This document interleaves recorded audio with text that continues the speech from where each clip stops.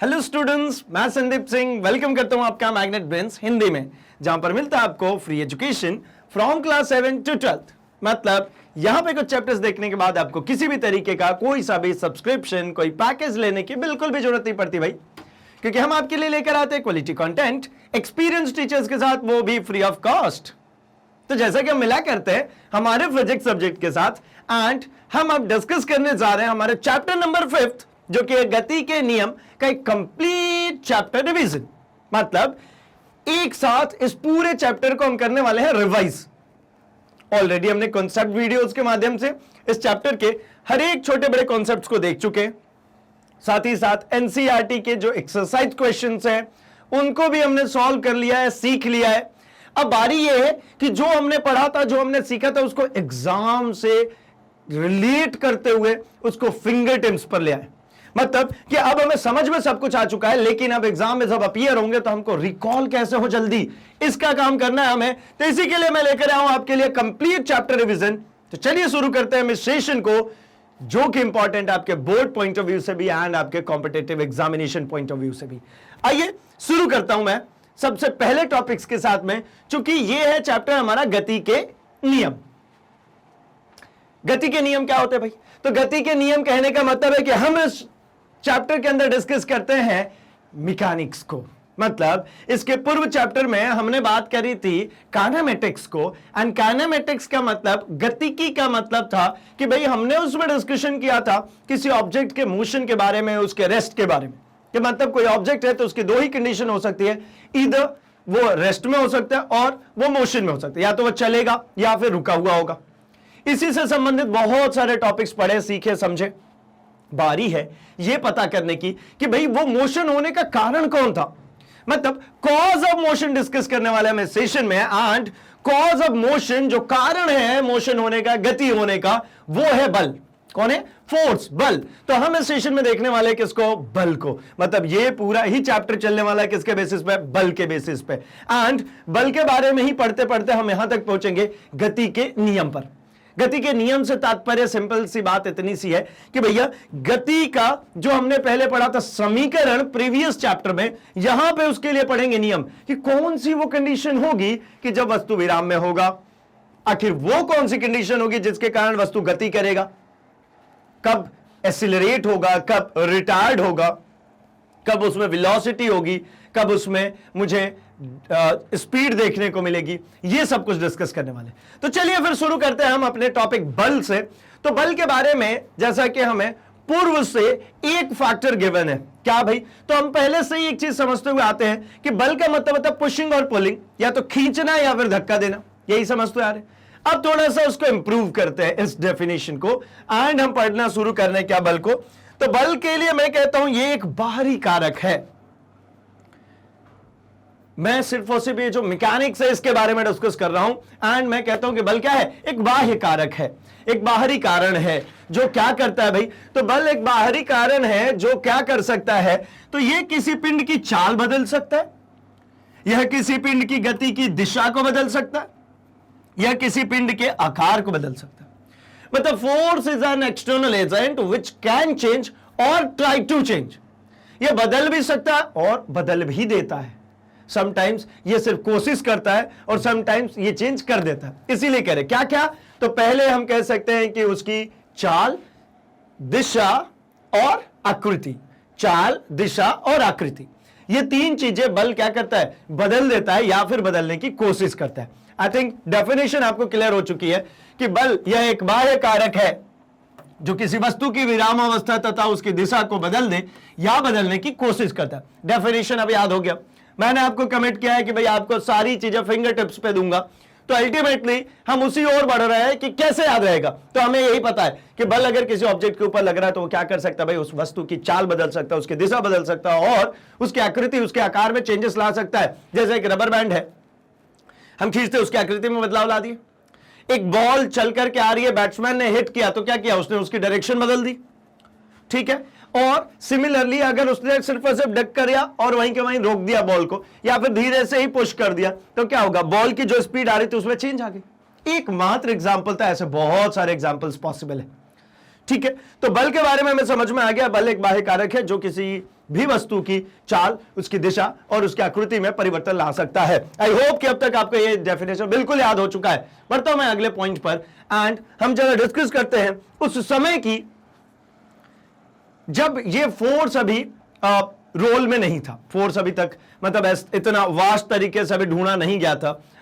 जो फोर्स के लिए जो नियम दिए गए वो भी नहीं आए थे तब की। मतलब हम बात करना चाह रहे हैं, आप देख सकते हैं कब की, 384 ईसा पूर्व से 322 ईसा पूर्व, मतलब बहुत पहले का एक एरा है। और उस समय थे एक महान ग्रीक विचारक अरस्तु, ये है महोदय। इन्होंने कुछ बात सोची और उसके बेसिस पे एक स्टेटमेंट दिया। क्या स्टेटमेंट दिया? कि इन्होंने कहा कि अगर कोई भी वस्तु गति कर रही है तो सदैव उसके ऊपर बल लगाना पड़ेगा, अदरवाइज वो वस्तु गति नहीं करेगी। आप बोलेंगे बिल्कुल सही बात है, इसमें भ्रामकता जैसी क्या बात है ना? इसमें डेल्यूजन जैसी कोई बात ही नहीं, ये तो सीधी सिंपल सी बात है भाई। अगर कोई ऑब्जेक्ट चले जा रहा है तो मुझे क्या करना है? उस पर बल लगाना। लेकिन बाद में न्यूटन आए, उन्होंने प्रूव किया ना, अगर कोई भी वस्तु चल रही है तो उसमें अगर कोई व्यवधान उत्पन्न हो रहा है तब मुझे बल लगाना है, अदरवाइज वो चलती रहेगी, ऐसा न्यूटन ने कहा। जस्ट अगली उसी पॉइंट पर हम आ रहे हैं। तो आपने पहले क्यों बता दिया? तो पहले इसलिए बता दिया क्योंकि हम ये चैप्टर तो खत्म कर चुके हैं एंड उसके अकॉर्डिंगली इसके बारे में हमारे पास ओवरऑल एक्सप्लेनेशन, ओवरऑल नॉलेज तो आ चुका है। बट स्टिल मैं दोबारा से क्लियर करा रहा हूं कि भाई हो क्या रहा है यहां पर। हो सिंपल सी बात इतनी सी रही है कि इनका कहना यह था कि किसी भी पिंड को गतिशील रखने के लिए बाह्य बल की आवश्यकता होती है, अर्थात बिना बाह्य बल लगाए कोई भी पिंड गतिशील नहीं रह सकता है। क्या लिखे? जो कि गलत है। बल सदैव घर्षण के विरोध के लिए आवश्यक होता है। मतलब क्या कह दिया यहां पर? तो ये देखिए, ये एक बॉल है, ये क्या है? एक बॉल है और ये बॉल इधर की तरफ लुढ़क रही है। तो इस बॉल को इसी वेग से लुढ़कते रहने के लिए अगर यहां पे लगने वाला घर्षण बल क्या होता है भाई? तो दो सतहों के बीच में जो बल लगता है, जो विरोध करता है मेरे लगाए गए बल का। मैं अगर इधर बल लगा रहा हूं तो घर्षण पीछे लगेगा। ये व्हील अगर आगे की तरफ बढ़ रही है तो फ्रिक्शन किधर लग रहा है? पीछे की तरफ। कहां लगता है? हमेशा उस सरफेस के बीच में जो कांटेक्ट में हो, जहां टच में हो। तो सीधी बात क्या समझ में आ रही? यह ऑब्जेक्ट इधर की तरफ मूव हो रहा है, घर्षण बल इधर, तो ये जितना आगे चल रहा है घर्षण बल, मान लीजिए 5 न्यूटन लगाने की वजह से आगे चल रहा है और इसमें घर्षण बल लग गया 1 न्यूटन का, तो मुझे इस पर अतिरिक्त बल लगाना पड़ेगा। कितने का? सिर्फ वही 1 न्यूटन का, ताकि ये कांस्टेंट वेलोसिटी से, कांस्टेंट वेग से आगे की तरफ बढ़ते रहे।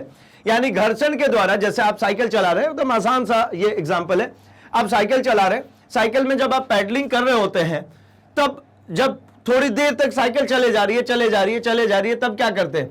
तब सिर्फ और सिर्फ आप पैडलिंग इसके लिए करते हैं कि जितना रोड और पहिए के बीच में घर्षण के द्वारा मेरी साइकिल धीमे हो गई थी, सिर्फ उतने को ही मदद करने के लिए साइकिल में आप पैडलिंग करते हैं। तभी तो जब साइकिल एक बार चलना शुरू हो जाती है, तब आप जब साइकिल चलाएंगे तो आपको कम भार महसूस होता है, या फिर भार ना कहते हुए मैं ऐसा कहूं कि आपको कम बल प्रयोग करना पड़ता है अगर आप प्रारंभ से कंपेयर करें।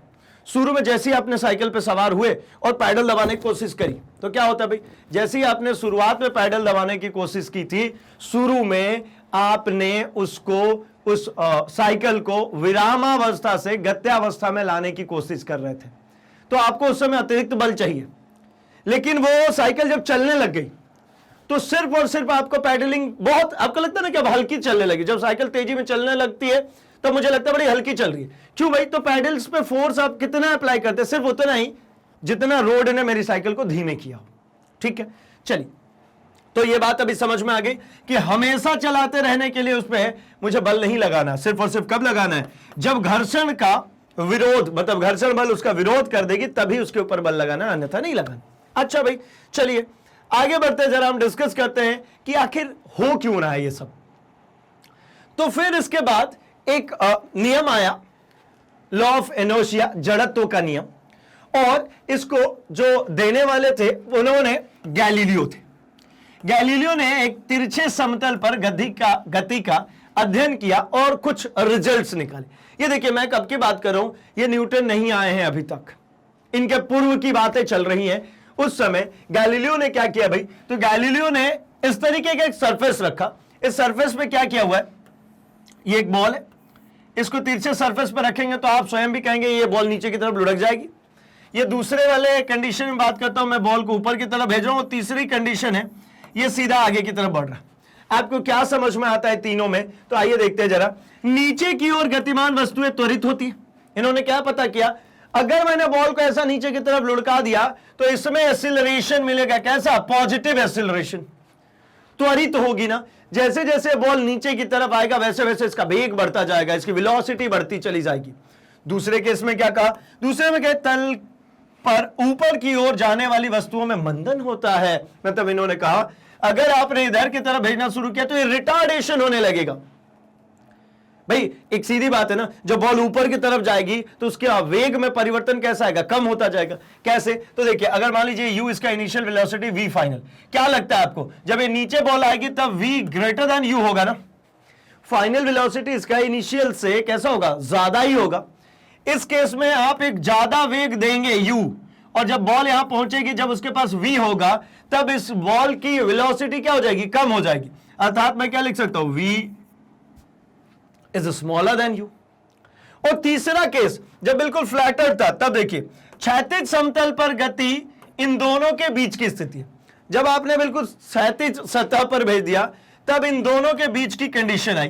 क्या कंडीशन? तो पहले इन दोनों की बात करता हूं मैं। अगर आपको u एक्सीलरेशन निकालना हो कहीं पे, त्वरण, त्वरण क्या होता है भाई? अंतिम वेग माइनस प्रारंभिक वेग बटा में समय। अंतिम वेग मतलब v, प्रारंभिक वेग मतलब u, समय मतलब t। अंतिम वेग v बड़ा है, u छोटा है। अर्थात आप क्या कह सकते हैं? आप कह सकते हैं कि भैया ये a जो है ये कैसा दिखेगा आपको? ये आपको दिखेगा पॉजिटिव, एक्सीलरेट हो रही है। इस केस में अगर आप a की बात करते हैं तो ये कैसा दिखेगा आपको? आपको दिखेगा ये v माइनस यू अपॉन में t। अब u बड़ा है, v छोटा है। प्लस वाली वैल्यू बड़ी नहीं है भाई, छोटी है, और नेगेटिव वाली वैल्यू बड़ी है, तो final resultant will be negative of है। इसी को हम क्या कहते हैं? मंदन। क्या कहते हैं इसको? मंदन। इसको क्या कहते हैं हम? त्वरण।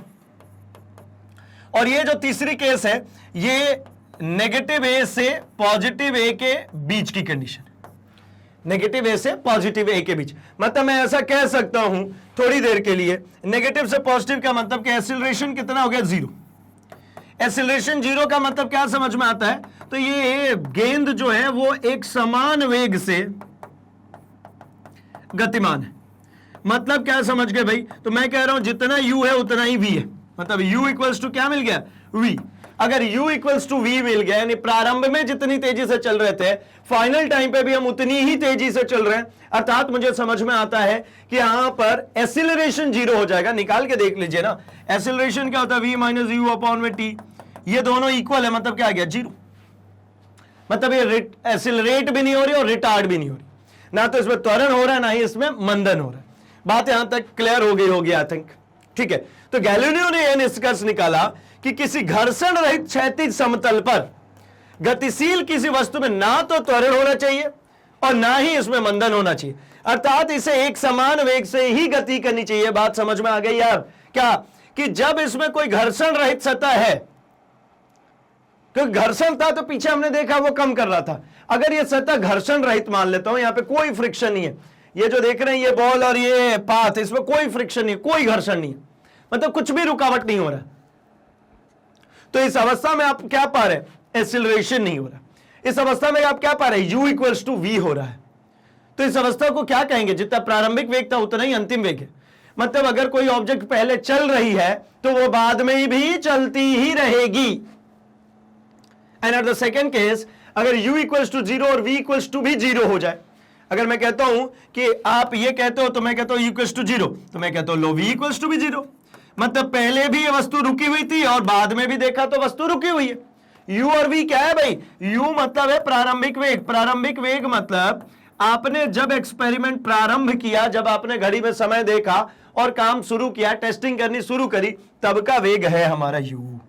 एंड जो फाइनल टाइम, थोड़ी देर के बाद में जो आपने समय देखा, जब आप उसमें परिवर्तन कैलकुलेट करे तो उसको कहते हैं फाइनल वेलोसिटी, मतलब इसको कहते हैं अंतिम वेग।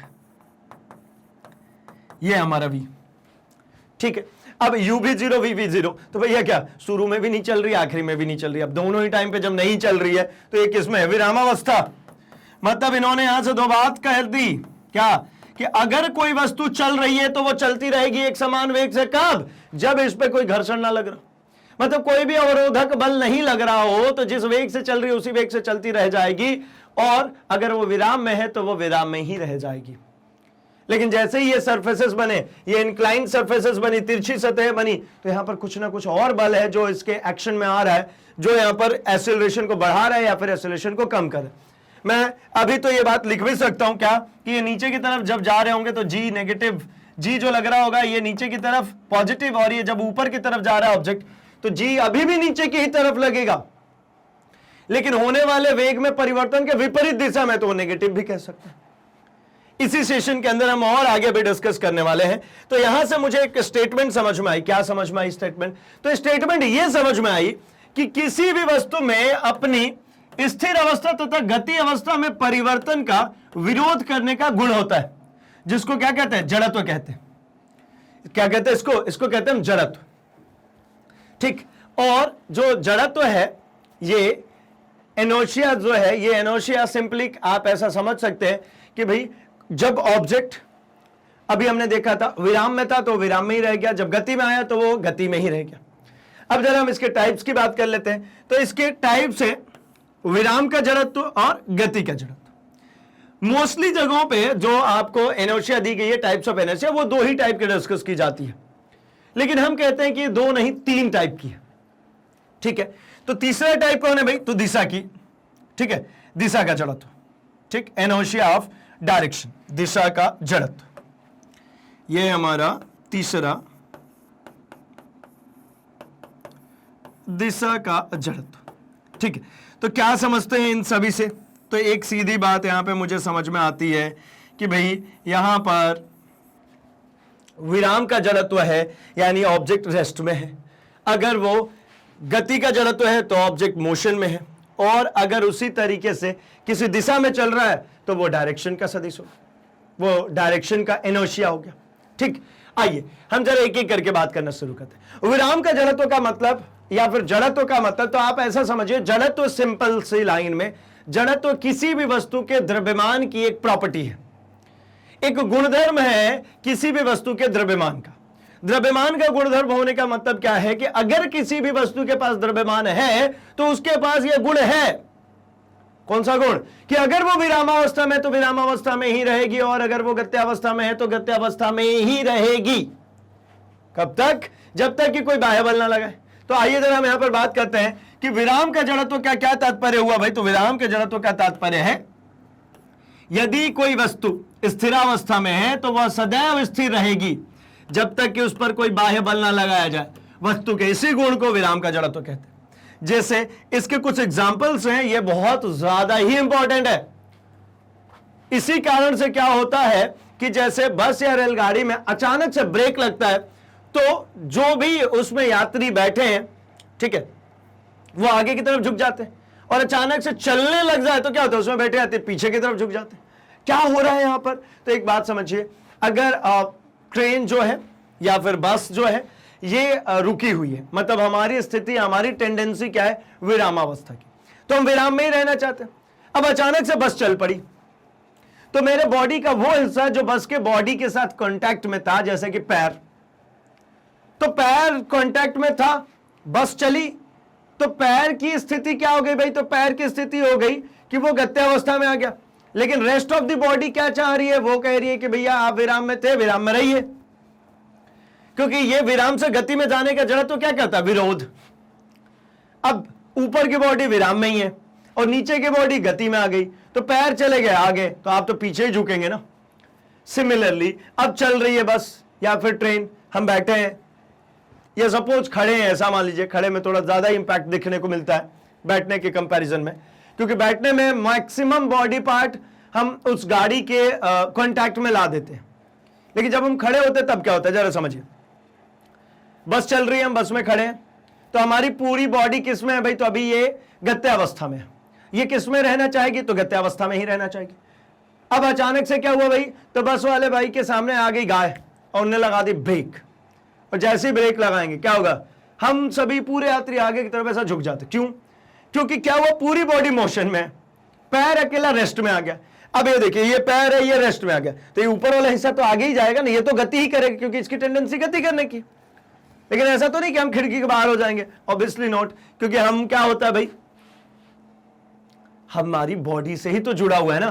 तो धीरे से हम कहीं ऊपर पाइप जो भी, या फिर पकड़ने का कोई भी जगह, उसको पकड़ के हम अपने आप को बैलेंस कर लेते हैं। इसीलिए कोशिश करते हैं, है ना, कि ऐसे भीड़ भाड़ी बसेस में तो जा ही नहीं, लेकिन अगर मान लीजिए जाना पड़ गया तो अगर जाना पड़ेगा तो कुछ नहीं भैया, किसी भी सीट वीट के सहारे अपन टिक जाते, है ना।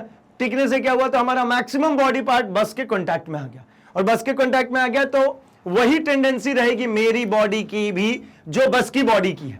अगर वो बस की बॉडी रुकना चाह रही है तो मेरी बॉडी भी रुकेगी, अगर वो चलना चाह रही है तो मेरी बॉडी भी चलेगी। लेकिन फिर भी मुझे ये इनर्शिया फील होता है। जहां पे हम बात करें क्या, इनर्शिया ऑफ रेस्ट की, मतलब ये कि जब वो रुकी हुई है अचानक से चलने लगी तो पीछे आ गया। और जो दूसरा एग्जांपल दिया था वो किसका हो गया भाई, तो इनर्शिया ऑफ मोशन की, गति का जड़त्व। गति के जड़त्व में हमें समझ में आ गया कि यदि कोई वस्तु गतिशील अवस्था में है तो वह उसी चाल से, उसी सरल रेखा में गतिशील रहेगी जब तक कि उस पर कोई बाह्य बल ना लगाया जाए। ये जो गति का जड़त्व रहता है, इसी के अंदर इनर्शिया ऑफ डायरेक्शन वाली बात छुपी रहती है, लेकिन मैंने जानबूझ के उसको अलग भी निकाल दिया। चलिए, तो यहां पर समझ में आ गया, ये तब तक उसके ऊपर जो बाह्य बल नहीं लगेगा तब तक ये क्या करेगी, इसकी टेंडेंसी गति की है और गति में ही रहेगी। जैसा मैंने अभी आपको एग्जांपल बताया था कि अगर वो ट्रेन या बस चल रही है, अचानक ब्रेक लगा तो हम आगे झुके। इसी तरीके से चलती हुई गाड़ी से कूदने पर व्यक्ति को गाड़ी के चलने की दिशा में कुछ दूर तक दौड़ना पड़ता है।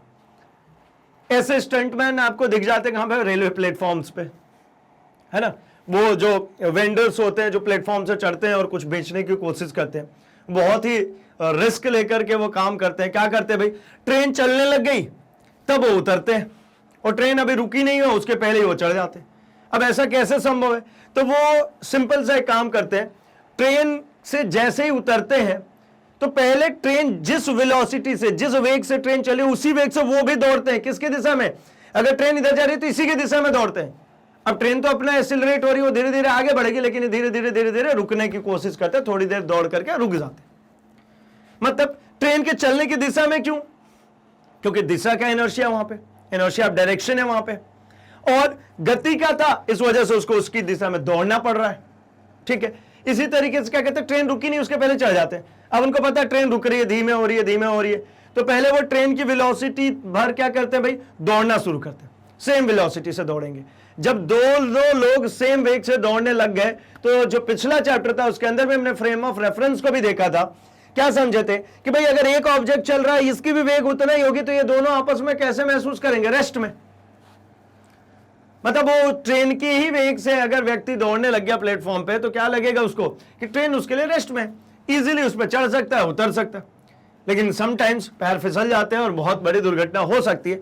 ऐसा कभी भी काम करना नहीं चाहिए, बट स्टिल हमें इसको समझना है, इसके पीछे की साइंस को समझनी है, तो बात समझ में आ गई होगी।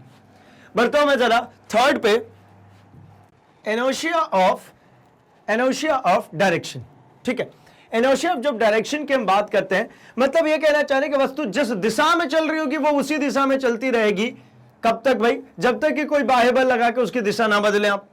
अर्थात मुझे समझ में आता है कि अगर जैसे एक सीधी सिंपल सी बात समझिए, एक बॉल को मैंने ऐसा रोल कर दिया, तो वो रोल की हुई बॉल उसी दिशा में चलती रहेगी।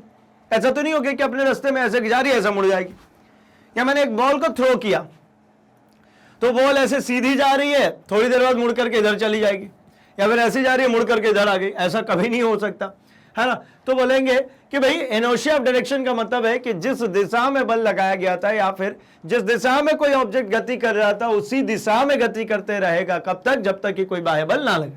मतलब कोई वस्तु जिस दिशा में गतिमान है वह उसी दिशा में गतिमान रहेगी जब तक कि कोई बाह्य बल इस पे कार्यरत ना हो। ना हम थोड़ा सा आगे बढ़ते हैं जड़त्व से एंड डिस्कस करते हैं हम एक छोटा सा टर्म, जो कि मैंने आपसे अभी कहा था कि जो जड़त्व है, जो इनर्शिया है, ये मास के कंसेप्शन है, ये प्रॉपर्टी ऑफ मास ही है भाई। मतलब ऐसा कह रहा हूं कि जिसके पास मास ज्यादा होगा उसका इनर्शिया ज्यादा होगा। तभी तो एक भारी पत्थर जिसको आप कहते हैं बड़ा पत्थर, मतलब जिसमें द्रव्यमान ज्यादा हो, तो उसका इनर्शिया भी ज्यादा होता है, बहुत ज्यादा फोर्स लगता है तब जाकर के वो हिलेगा डुलेगा या फिर नहीं हिलेगा। वहीं पे एक छोटा सा पत्थर हो, उसका क्या है, द्रव्यमान ज्यादा है, इनर्शिया कम होता है, ऐसा पकड़ते हैं अपन और ऐसा थ्रो कर देते हैं। मतलब बात समझ में आ रही है कि जिस वस्तु का द्रव्यमान अधिक होता है उसका जड़त्व भी अधिक होता है। इससे हम कह सकते हैं कि वस्तु का द्रव्यमान ही उसके जड़त्व का माप होता है। मतलब इनर्शिया का मेजर क्या है, उसका द्रव्यमान। Mass is the measure of inertia. जो वस्तु का द्रव्यमान है वही उसके जड़त्व का माप है। मतलब जड़त्व की जो कैलकुलेशंस बनेगी वो अल्टीमेटली क्या है, उसका माप। उसका माप है मास, उसका माप है द्रव्यमान। और द्रव्यमान क्या होता है भाई, तो वो पार्ट्स जिनसे मिलकर के, वो बेसिक अवयव जिनसे मिलकर के कोई भी वस्तु का निर्माण हुआ है, वो सबसे छोटी इकाई जिससे मिलकर के वो वस्तु बनी है, उसको कहते हैं हम द्रव्यमान। आइए तो अब जरा मैं बढ़ता हूं इसी के बेसिस पर। किसके बेसिस पर भाई, इनर्शिया के बेसिस पर, गति के प्रथम नियम की तरफ। एक्चुअली जैसा कि हमने आपसे बात कहा था शुरुआती में ही इस सेशन के, कि जो मेरा बल है यह अल्टीमेटली गति के नियम को ही निरूपित करने के लिए आएगा इस चैप्टर के अंदर, क्योंकि बल के कारण ही किसी वस्तु में गति हो पाती है। तो कौन सी सिचुएशन होगी जहां पर बल लगाने से वस्तु में गति होगी, कौन सी सिचुएशन होगी जहां पर बल लगाने से वस्तु में गति नहीं होगी। इसी के संदर्भ में न्यूटन ने 3 नियम दिए, जिसके अनुसार इसको हम ऐसा भी कहते हैं न्यूटन के बल के नियम, ठीक है, या फिर न्यूटन के गति के नियम। तो कंफ्यूज बिल्कुल नहीं होंगे। जो पिछले चैप्टर में पढ़ा था हमने, v equals to u plus a t, s equals to u t plus half a t square and v square minus u square equals to 2as, ये तीनों इक्वेशन ऑफ मोशन थी, गति के समीकरण। यहां पर हम क्या बात कर रहे हैं, समीकरण की नहीं, यहां पर हम बात कर रहे हैं नियम की, गति के नियम। तो गति के सबसे पहले नियम पर हमें, और गति का प्रथम नियम आधारित है जड़त्व पे। इनके जो तीनों ही नियम है वो किसी न किसी फैक्टर्स पे आधारित है। प्रथम नियम, द्वितीय नियम एंड तृतीय नियम, कुल 3 नियम इन्होंने दिए थे। प्रथम नियम जड़त्व पे, द्वितीय नियम संवेग परिवर्तन पे, और तृतीय नियम क्रिया एंड प्रतिक्रिया बल के ऊपर आधारित है। तो सबसे पहले तो हम इस जड़त्व को पढ़ चुके हैं, इनर्शिया को पढ़ चुके हैं, इसी की बात करना शुरू करते हैं। मतलब फर्स्ट लॉ की बात करना चाह रहे हैं। तो मतलब ऐसा कह रहे थे इनर्शिया में कि हर एक ऑब्जेक्ट की टेंडेंसी होती है कि वो अपोज करे चेंज को। मतलब जैसे ही आपको इनर्शिया वर्ड सुनाई देता है, आपके ब्रेन में क्या घूमना चाहिए भाई, to oppose the change of state. Change of state क्या है, तो motion to rest and rest to motion. मतलब ये क्या करता है भाई, ये विरोध करता है अपने अंदर होने वाले परिवर्तन का। कौन सा परिवर्तन, तो विराम से गति में आने का और गति से विराम में आने का। तो न्यूटन ने क्या कहा यहां पर, तो देखिए इस नियम के अनुसार यदि कोई वस्तु स्थिरावस्था में है तो वह स्थिरावस्था में ही रहेगी, यदि गतिशील अवस्था में है तो गतिशील ही रहना चाहेगी, जब तक कि वस्तु पर बाह्य असंतुलित बल ना लगाया जाए। ठीक है, जब तक वस्तु पर बाह्य बल कार्य ना करे तब तक। मतलब ऐसा कहना चाह रहा हूं कि मैं उसके ऊपर बाह्य बल लगा करके ये जो उसकी टेंडेंसी उसको बदल सकता हूं।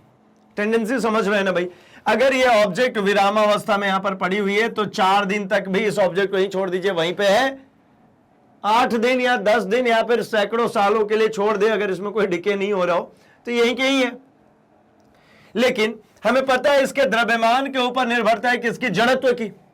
अब ये एक ऐसे द्रव्यमान का है कि मैंने इसके ऊपर क्या लगाया, बल लगाया, और बल लगाने के बाद मैं क्या कर सकता हूं, तो भाई ये मैंने इसके ऊपर लगा दिया असंतुलित बल। कौन सा बल, असंतुलित बल। तो जैसे ही मैं इसके ऊपर असंतुलित बल लगाऊंगा ये क्या हो जाएगा भाई, तो ये अपनी टेंडेंसी बदल देगा। अगर रेस्ट में है तो ये गतिशील हो जाएगा, अगर गतिशील है तो ये रुक जाएगा। जैसे साइकिल, उसके ऊपर मैंने क्या किया भाई, बल लगाया, पहले वो रुकी हुई थी, बल लगाया तो अब चलने लगी, मतलब उसकी टेंडेंसी बदल दी ना, हमने रेस्ट से उसको मोशन में ला दिया। एंड अगेन अब वो साइकिल चल रही है तो वो चलती रहेगी। तो फिर हम क्या कहते हैं, ब्रेक अप्लाई करते हैं। तो ब्रेक जैसे ही अप्लाई करते हैं क्या होता है, तो जो गति में थी उस पे हमने क्या किया भाई, तो बाह्य बल लगा दिया। बाह्य बल लगाया तो उसने अपनी टेंडेंसी चेंज कर दी, मतलब गत्यावस्था को छोड़ करके विरामावस्था में आ गई। क्लियर है बात इतनी सी। यहां पर एक टर्म आ रहा है असंतुलित बल, इसको थोड़ा सा हम एक्सप्लेन कर रहा हूं, मैं थोड़ा सा समझेंगे। बल के लिए मैं अगर टाइप्स की बात करूं तो देखिए बल बहुत सारे तरीके का है, बहुत सारा टाइप्स है।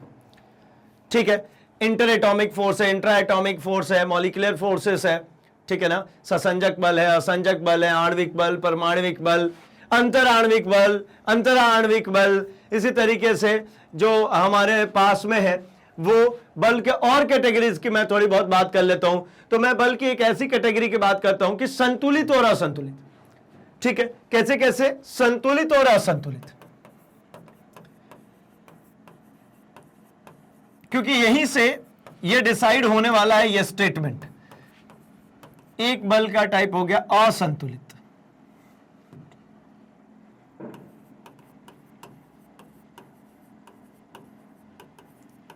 अब संतुलित बल का मतलब सीधा है, एक लाइन में मैं कहूं तो अगर किसी भी ऑब्जेक्ट के ऊपर एफ नेट की वैल्यू कितनी हो जाए, 0, तो संतुलित।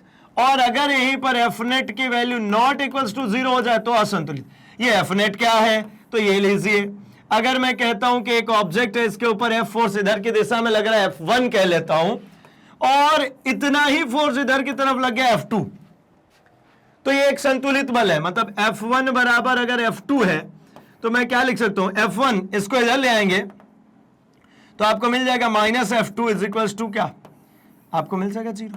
मतलब मैं कह सकता हूं कि जो F नेट आएगा, कुल बल का मान आएगा, वो कितना हो जाएगा, 0।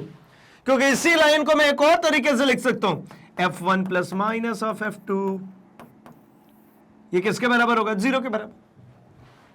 कुल लगाया गया बल इस वस्तु के ऊपर कितना है, 0 के बराबर। मतलब संतुलन की अवस्था में, संतुलन की अवस्था में जब जब होगा तब तब मुझे नो चेंज देखने को मिलेगा, कोई परिवर्तन नहीं मिलेगा। किसमें, इस स्टेट में। क्योंकि इसमें इनर्शिया में यही कहा था ना कि वस्तु क्या है, स्थिरावस्था में है तो स्थिरा में रहेगी, अगर वो गत्यावस्था में है तो गत्यावस्था में रहेगी, लेकिन अगर आपने बल लगाया तो वो अपनी स्टेट चेंज कर देगी। तो मैं कहता हूं नहीं, इतना सही नहीं है। सही क्या है, तो अगर आपने उसमें संतुलित बल लगाया तो अपने स्टेट चेंज नहीं करेगी, लेकिन आपने असंतुलित बल लगा दिया। असंतुलित करने का मतलब, अगर मान लीजिए मैं इसी स्टेटमेंट में कहता हूं कि हमारा जो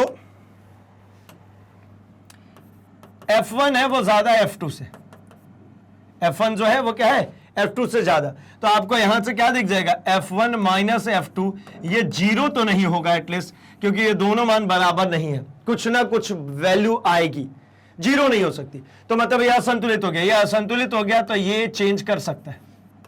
ये क्या करेगा, ये परिवर्तन ला देगा। कैसा परिवर्तन, तो अगर वो विराम में है, आपने असंतुलित बल लगा दिया तो उसको क्या करेगा, गत्यावस्था में ले आएगा। और अगर गत्यावस्था में है तो आपने अगर उस पर असंतुलित बल लगाया तो उसको विरामावस्था में ले आएगा। बात यहां तक समझ में आ गई कि भाई क्या है इनर्शिया। इनर्शिया द्रव्यमान की एक प्रॉपर्टी है जिसके कारण कोई भी वस्तु अपनी स्थिति परिवर्तन का विरोध करता है। तो फर्स्ट लॉ क्या है, फर्स्ट लॉ है, इसी स्टेटमेंट को और आगे बढ़ाइए, ये तब तक विरोध करता है जब तक कि कोई उस पर बाह्य असंतुलित बल कार्यरत ना हो। ठीक है, चलिए आगे बढ़ते हैं। यह नियम जड़त्व का नियम भी कहलाता है, ठीक है, क्योंकि इनर्शिया के ऊपर ही बेस्ड है। जड़त्व किसी वस्तु का वह गुण है जिसे वह अपने अवस्था परिवर्तन का विरोध करती है। Tendency to oppose the change of state, अवस्था परिवर्तन का विरोध। बल किसी वस्तु की स्थानांतरीय गति में परिवर्तन हेतु आवश्यक कारक है। ये जो फोर्स है ये और भी काम कर सकता है, जरूरी नहीं है कि सभी किसी चीज को मोशन से रेस्ट में लाए, रेस्ट से मोशन में लाए ना, ऐसा भी हो सकता है। साइकिल पहले धीरे धीरे चल रही थी, हमने फोर्स लगाया और उसकी टेंडेंसी और तेज चलने की बना दी, तो मतलब वेलोसिटी बढ़ा भी सकते हैं। गति का प्रथम नियम बल को परिभाषित करता है। ये अल्टीमेटली किसको परिभाषित कर रहा है भाई, फोर्स को परिभाषित कर रहा है कि अगर किसी ऑब्जेक्ट के ऊपर आपने असंतुलित बल लगाया तो ऑब्जेक्ट क्या करेगी, अपना स्टेट चेंज कर देगी। ठीक है, तो हमने शुरुआत में यही पढ़ा था ना, क्या बल क्या है, वह बाह्य कारक है जो किसी वस्तु पर लगकर उसकी दिशा, उसकी चाल और उसकी आकृति बदल दे। तो चाल बदल पा रही है, बदलने की बात करी थी। इसका यह मतलब नहीं है कि चलती हुई चीज को रोक नहीं सकते, चलती हुई चीज को रोकना भी और रुकी हुई चीज को चलाना भी, बदल रहे हैं। ठीक, चलिए आगे बढ़ता हूं मैं अगले पॉइंट पे एंड डिस्कस करता हूं मैं इसके एग्जांपल्स को। तो कुछ एग्जांपल्स देख लेते हैं। देखिए इसके एग्जांपल्स बहुत इंपॉर्टेंट है वैसे। जैसे कपड़े को झाड़कर धूल साफ करना। अब हम कपड़े को क्या कहते हैं, ऐसा झाड़ते हैं, उससे धूल क्यों अलग हो जाता है, तो धूल इसलिए अलग हो गया कि आप ऐसा महसूस कीजिए, ये कपड़ों के धागे हैं, है ना, थोड़ा बड़ा बनाऊंगा ताकि आपको समझ में भी तो है। ये जो बारीक बारीक से कपड़ों की जो बुनाई होती है मैं उसकी बात कर रहा हूं। अब इसके बीच में ऐसे कुछ धूल कण फंस गए, अब क्या होता है भाई, तो ये धूल कण और कपड़ा पूरा विरामावस्था में है। आपने ऐसा कपड़े को पकड़ा और ऐसा झट से, बिल्कुल तेजी से, जल्दी से आपने क्या किया, तो इस कपड़े को झड़ाया। कपड़े को झड़ाया मतलब क्या, इन कपड़े के ये रेसों को आपने पकड़ा, वैसे झाड़ा, तो इन रेसों को मतलब कपड़े को आपने क्या दे दी, गति। लेकिन ये जितने धूल कण थे वो किसमें थे, विरामावस्था में। अब कपड़ा तो यहां से ऐसा हो गया भैया, कपड़ा ऐसा हो गया, ऐसा झटकने के टाइम पे, लेकिन धूल कण जहां थे वहीं के वहीं रह गए। अब गुरुत्वाकर्षण काम करेगा और इसको क्या कर देगा, नीचे खींच लेगा, या फिर वो हवा में क्या हो जाएंगे, टंग जाएंगे, ऐसा धीरे धीरे जमीन पे गिर जाएंगे। ठीक, तो मतलब ये बात समझ में आई। एक और एक बहुत ही कॉमन एग्जांपल है जो खूब बार आपने देखा होगा, इसलिए हमने यहां नहीं रखा था, बट स्टिल मैं आपको याद दिलाने के लिए बता ही दूं। तो ये एक हमारा ग्लास है, बहुत सभी लोगों को ये याद आ भी गया होगा कि मैं क्या करने वाला हूं। और इस ग्लास के ऊपर हमने क्या किया है, हमने एक कार्डबोर्ड रखा है और इस पे एक हमने क्या रख दिया, कॉइन। ये कार्डबोर्ड है पूरा, एक ग्लास, ग्लास के ऊपर क्या है, कार्ड रखा, कार्ड के ऊपर क्या रख दिया हमने, एक कॉइन रख दिया। चलो अभी थोड़ा सा फील आ सकता है। एक हमने यहां पर रख दिया क्या, कॉइन। अब क्या करना है, तो मैं कहता हूं कि ये कॉइन अभी यहां पर रखा हुआ है ग्लास के ऊपर, तो इस कॉइन की अभी की स्थिति क्या है, तो इसकी स्थिति है विरामावस्था। इसकी कौन सी स्थिति है, इसकी स्थिति है विरामावस्था। अब सडनली आपने इस कार्ड को क्या किया, इसको आपने गति दे दी, इसको आपने मोशन दे दिया। अब गति दे दी है तो कार्ड तो गत्यावस्था में आ गया, लेकिन ये सिक्का कैसा है, विरामावस्था में। इसको गति कैसी देनी है, झटके से, जल्दी से। तो पता है क्या होगा, ये कार्ड आगे की तरफ खिसक जाएगा और ये जो कॉइन है, ये जो कॉइन है वो इसी के पेंदी में आकर के गिर जाएगा। कार्ड तो खिसक गया, वो गिर गया। क्यों गिरा, क्योंकि ये विरामावस्था में, इसकी टेंडेंसी विरामावस्था में ही रहने की है, ये गत्यावस्था में आ गया, ये आगे चला गया। ठीक, चलिए ये एग्जांपल की हम बात कर ही चुके हैं। कैसा भाई, इनर्शिया में की थी, तो ये नियम तो इनर्शिया के ऊपर ही आधारित है ना, कि चलती गाड़ी में अचानक ब्रेक लगने से यात्री क्या होते हैं, आगे की तरफ झुक जाते हैं। ठीक है, चलिए एग्जांपल सबसे ज्यादा इंपॉर्टेंट है इन तीनों लॉज के। बेसिकली बढ़ता हूं मैं आगे की तरफ एक और नए टॉपिक की तरफ, जिसको हम कहते हैं संवेग, मोमेंटम। ऐसा कहते हैं ना, बहुत बार आपने ये सुना होगा गेम्स में, या फिर बहुत सारे टीचर्स बहुत सारे स्टूडेंट्स के लिए यूज करते हैं कि उसका मोमेंटम बहुत अच्छा है। तो मोमेंटम का क्या तात्पर्य, आखिर क्या कहना चाह रहे हैं इस मोमेंटम के जरिए। गेम्स में जनरली ऐसा सुनने को मिलता है, लाइक क्रिकेट्स की अगर हम बात करते हैं, तो उसमें जो प्लेयर पिछले मैच में भी रन बनाया था, उसके पिछले भी मैच में भी रन बनाया था, या फिर इसी मैच में कई ओवर से बहुत अच्छा खेले जा रहा है, तो कहते हैं अभी मोमेंटम है। क्या है वर्ड मोमेंटम, तो इस वर्ड मोमेंटम का मतलब सिंपली समझ लीजिए, ये दो लोगों का प्रोडक्ट है, दो लोगों का गुणनफल है। कौन कौन है वो, तो एक है द्रव्यमान और दूसरा है वेग। मोमेंटम हम कॉमन लैंग्वेजेस में जब हम यूज करते हैं तो अल्टीमेटली इसी के लिए करते हैं कि किसी का जो माइंडसेट है किसी चीज की तरफ बना हुआ है और उसी वेलोसिटी से, उसी गति से वो आगे की तरफ बढ़ते चला जा रहा है। अब बोलोगे क्या कि वो खेल रहा है तो कहां आगे बढ़ रहा है, तो ये एक टर्मिनोलॉजी है, जस्ट बातचीत करने का तरीका। जैसे कहते हैं ना कि सही रास्ते पे चलो, तो क्या सही रास्ते पे चलने का मतलब क्या है, कि कोई रास्ते पे चलने वो गलत रास्ता है। भाई सही रास्ते पे चलने का मतलब यह है कि हमेशा सकारात्मक सोच के साथ में चलिए, ऐसा नहीं कि कोई रास्ता होगा उस पर चलेंगे। खैर आते हैं हम जरा मुद्दे पे। तो ये क्या कह रहा हूं मैं, मोमेंटम, संवेग जो है ये दो लोगों का गुणनफल है। कौन कौन भाई, एक द्रव्यमान और एक वेग। एक द्रव्यमान और एक वेग, मतलब संवेग क्या हो गया, ये गुणनफल है दो चीजों का, द्रव्यमान और वेग का।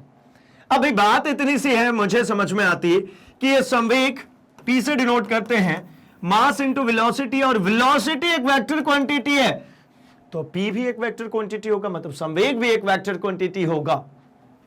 तो ये तो फॉर्म समझ में आया, लेकिन आप ये सोचेंगे कि तो संवेग को समझाओ तो सही, होता क्या है, गुणनफल तक तो ठीक है। तो संवेग को बहुत शॉर्ट में मैं आपके लिए अगर थोड़ा सा एक्सप्लेन करूं, आप महसूस कर सके, तो संवेग को आप ऐसा महसूस कर सकते हैं कि जैसे आप अकेले साइकिलिंग जब करते हैं तो आपको बड़ा ही लाइट सा फील होता है, आप साइकिलिंग कर रहे हैं, इजीली चल रहे हैं। दो लोग बैठ गए तो आपको हैवीनेस फील होने लगता है। वो हैवीनेस आपके ऊपर क्यों फील होना चाहिए था, क्योंकि देखिए वो व्यक्ति के ऊपर गुरुत्वाकर्षण बल नीचे की तरफ लग रही है, आपके ऊपर तो लग नहीं रही है कि आपके कंधों पे तो व्यक्ति बैठा नहीं है। दूसरा साइकिल पे जब हम दो लोग जा रहे हैं तो ऐसा तो है नहीं कि वो दूसरा व्यक्ति मेरे कंधे बैठा है, वो पीछे बैठा है, गुरुत्वाकर्षण उसको नीचे खींचे, मुझे वो हैवीनेस क्यों फील होगी? चलो मान लिया वो हैवीनेस भी समझ गया कि मुझे उसको बैलेंस करना है, इसलिए मेरे को एक हैवीनेस फील हो रही है, ठीक है मान लिया। लेकिन मैं आपसे पूछता हूं कि भैया ठीक है, तो मेरे को जब ब्रेक लगाना होता है तो ब्रेक क्यों टाइट चलने लग जाता है? भाई ब्रेक को क्या फर्क पड़ता है इस बात से कि दो लोग बैठे कि तीन लोग बैठे? तो मोमेंटम वर्ड को आप समझ सकते हैं कि जब आप चल रहे होते हैं तो आपको पता है कि दो पहिए पर भी खड़े नहीं हो सकते, लेकिन दो पहिए पे आप चल सकते हैं जस्ट बिकॉज ऑफ मोमेंटम। तो वो जो हैवीनेस आप फील कर पा रहे हैं ना, मैं अल्टीमेटली कहता हूं कि उसी के आसपास की चीज है कौन? मोमेंटम। क्यों भाई? क्योंकि ये एक मैथमेटिकल टर्म है, सिर्फ और सिर्फ मैथमेटिकल टर्म। क्यों कह रहा हूं? क्योंकि इन दोनों के प्रोडक्ट से मिलकर के बना, ठीक है, मास इंटू वेलोसिटी। तो मतलब किसी पिंड का या वस्तु के द्रव्यमान व वेग के गुणनफल को ही कहते हैं संवेग। P से प्रदर्शित करते हैं, P इक्वल्स टू होगा mv। यहां पर P पता है संवेग है, m क्या है भाई? वस्तु का द्रव्यमान, और जो यहां पर v है, ठीक है, यहां पर कौन? v क्या होगा भाई? तो v है हमारा यहां पर वस्तु का वेग।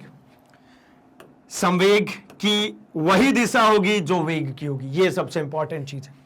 ये एक वेक्टर क्वांटिटी है, इसकी जो दिशा होगी संवेग की भी दिशा क्या होगी? वही। जो वेलोसिटी की डायरेक्शन है वही हमारे मोमेंटम की भी डायरेक्शन होगी, ये बात बिल्कुल तय है। चलिए यहां तक की बातें अगर आपको समझ में आई है तो हम थोड़ा सा और आगे बढ़ते हैं इसी संवेग में और चर्चा करते हैं गति के द्वितीय नियम की। तो गति का द्वितीय नियम जो है ये संवेग पर ही आधारित है। किस पर आधारित है भाई? संवेग पे। लेकिन जो हमने अभी टर्म की बात करी संवेग, इसमें एक टर्म और जोड़ता हूं और मैं कहता हूं संवेग परिवर्तन पर। अब देखिए चूंकि नियम है तो कुछ ना कुछ कैलकुलेटिव पोर्शन तो होना चाहिए ना, तभी तो कहेंगे उसको नियम, ठीक है। तो क्या कहा यहां पर इन्होंने कहा न्यूटन ने कि किसी वस्तु के संवेग परिवर्तन की दर को वस्तु पर आरोपित बल के अनुक्रमानुपाती होता है तथा इसकी दिशा बल की दिशा के अनुदिश होती है। मतलब इन्होंने क्या कह दिया दूसरे नियम में कि बल जो होता है वो समानुपाती होता है किसके? तो संवेग परिवर्तन की दर के। संवेग परिवर्तन की दर। अब मुझे पता है बल को F से डिनोट करते हैं, मैं कर लिया। संवेग परिवर्तन की बात कर रहे थे ना, तो एक तो फॉर्मेट अपने को यहां पर दिख रहा है, लेकिन मैं उससे एक और सिंपलेस्ट फॉर्मेट पहले बताऊंगा, फिर इसके ऊपर आऊंगा। नो डाउट क्लास 11th का अकॉर्डिंगली चलेंगे तो हम इसी टर्म पे चलेंगे, डिफरेंशियल टर्म है, लेकिन मैं बिना डिफरेंशियल को यूज करे भी आपको सिखा दूंगा। तो देखिए F प्रोपोर्शनल टू संवेग परिवर्तन में दर। संवेग परिवर्तन की दर मतलब क्या? तो पहले तो संवेग परिवर्तन लिखे, मतलब अंतिम संवेग माइनस प्रारंभिक संवेग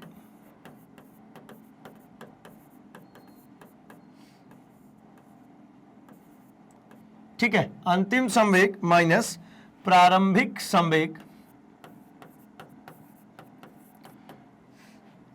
अपॉन दर बोला था ना, तो अपॉन में समय। समय कहां से लाए? दर के लिए।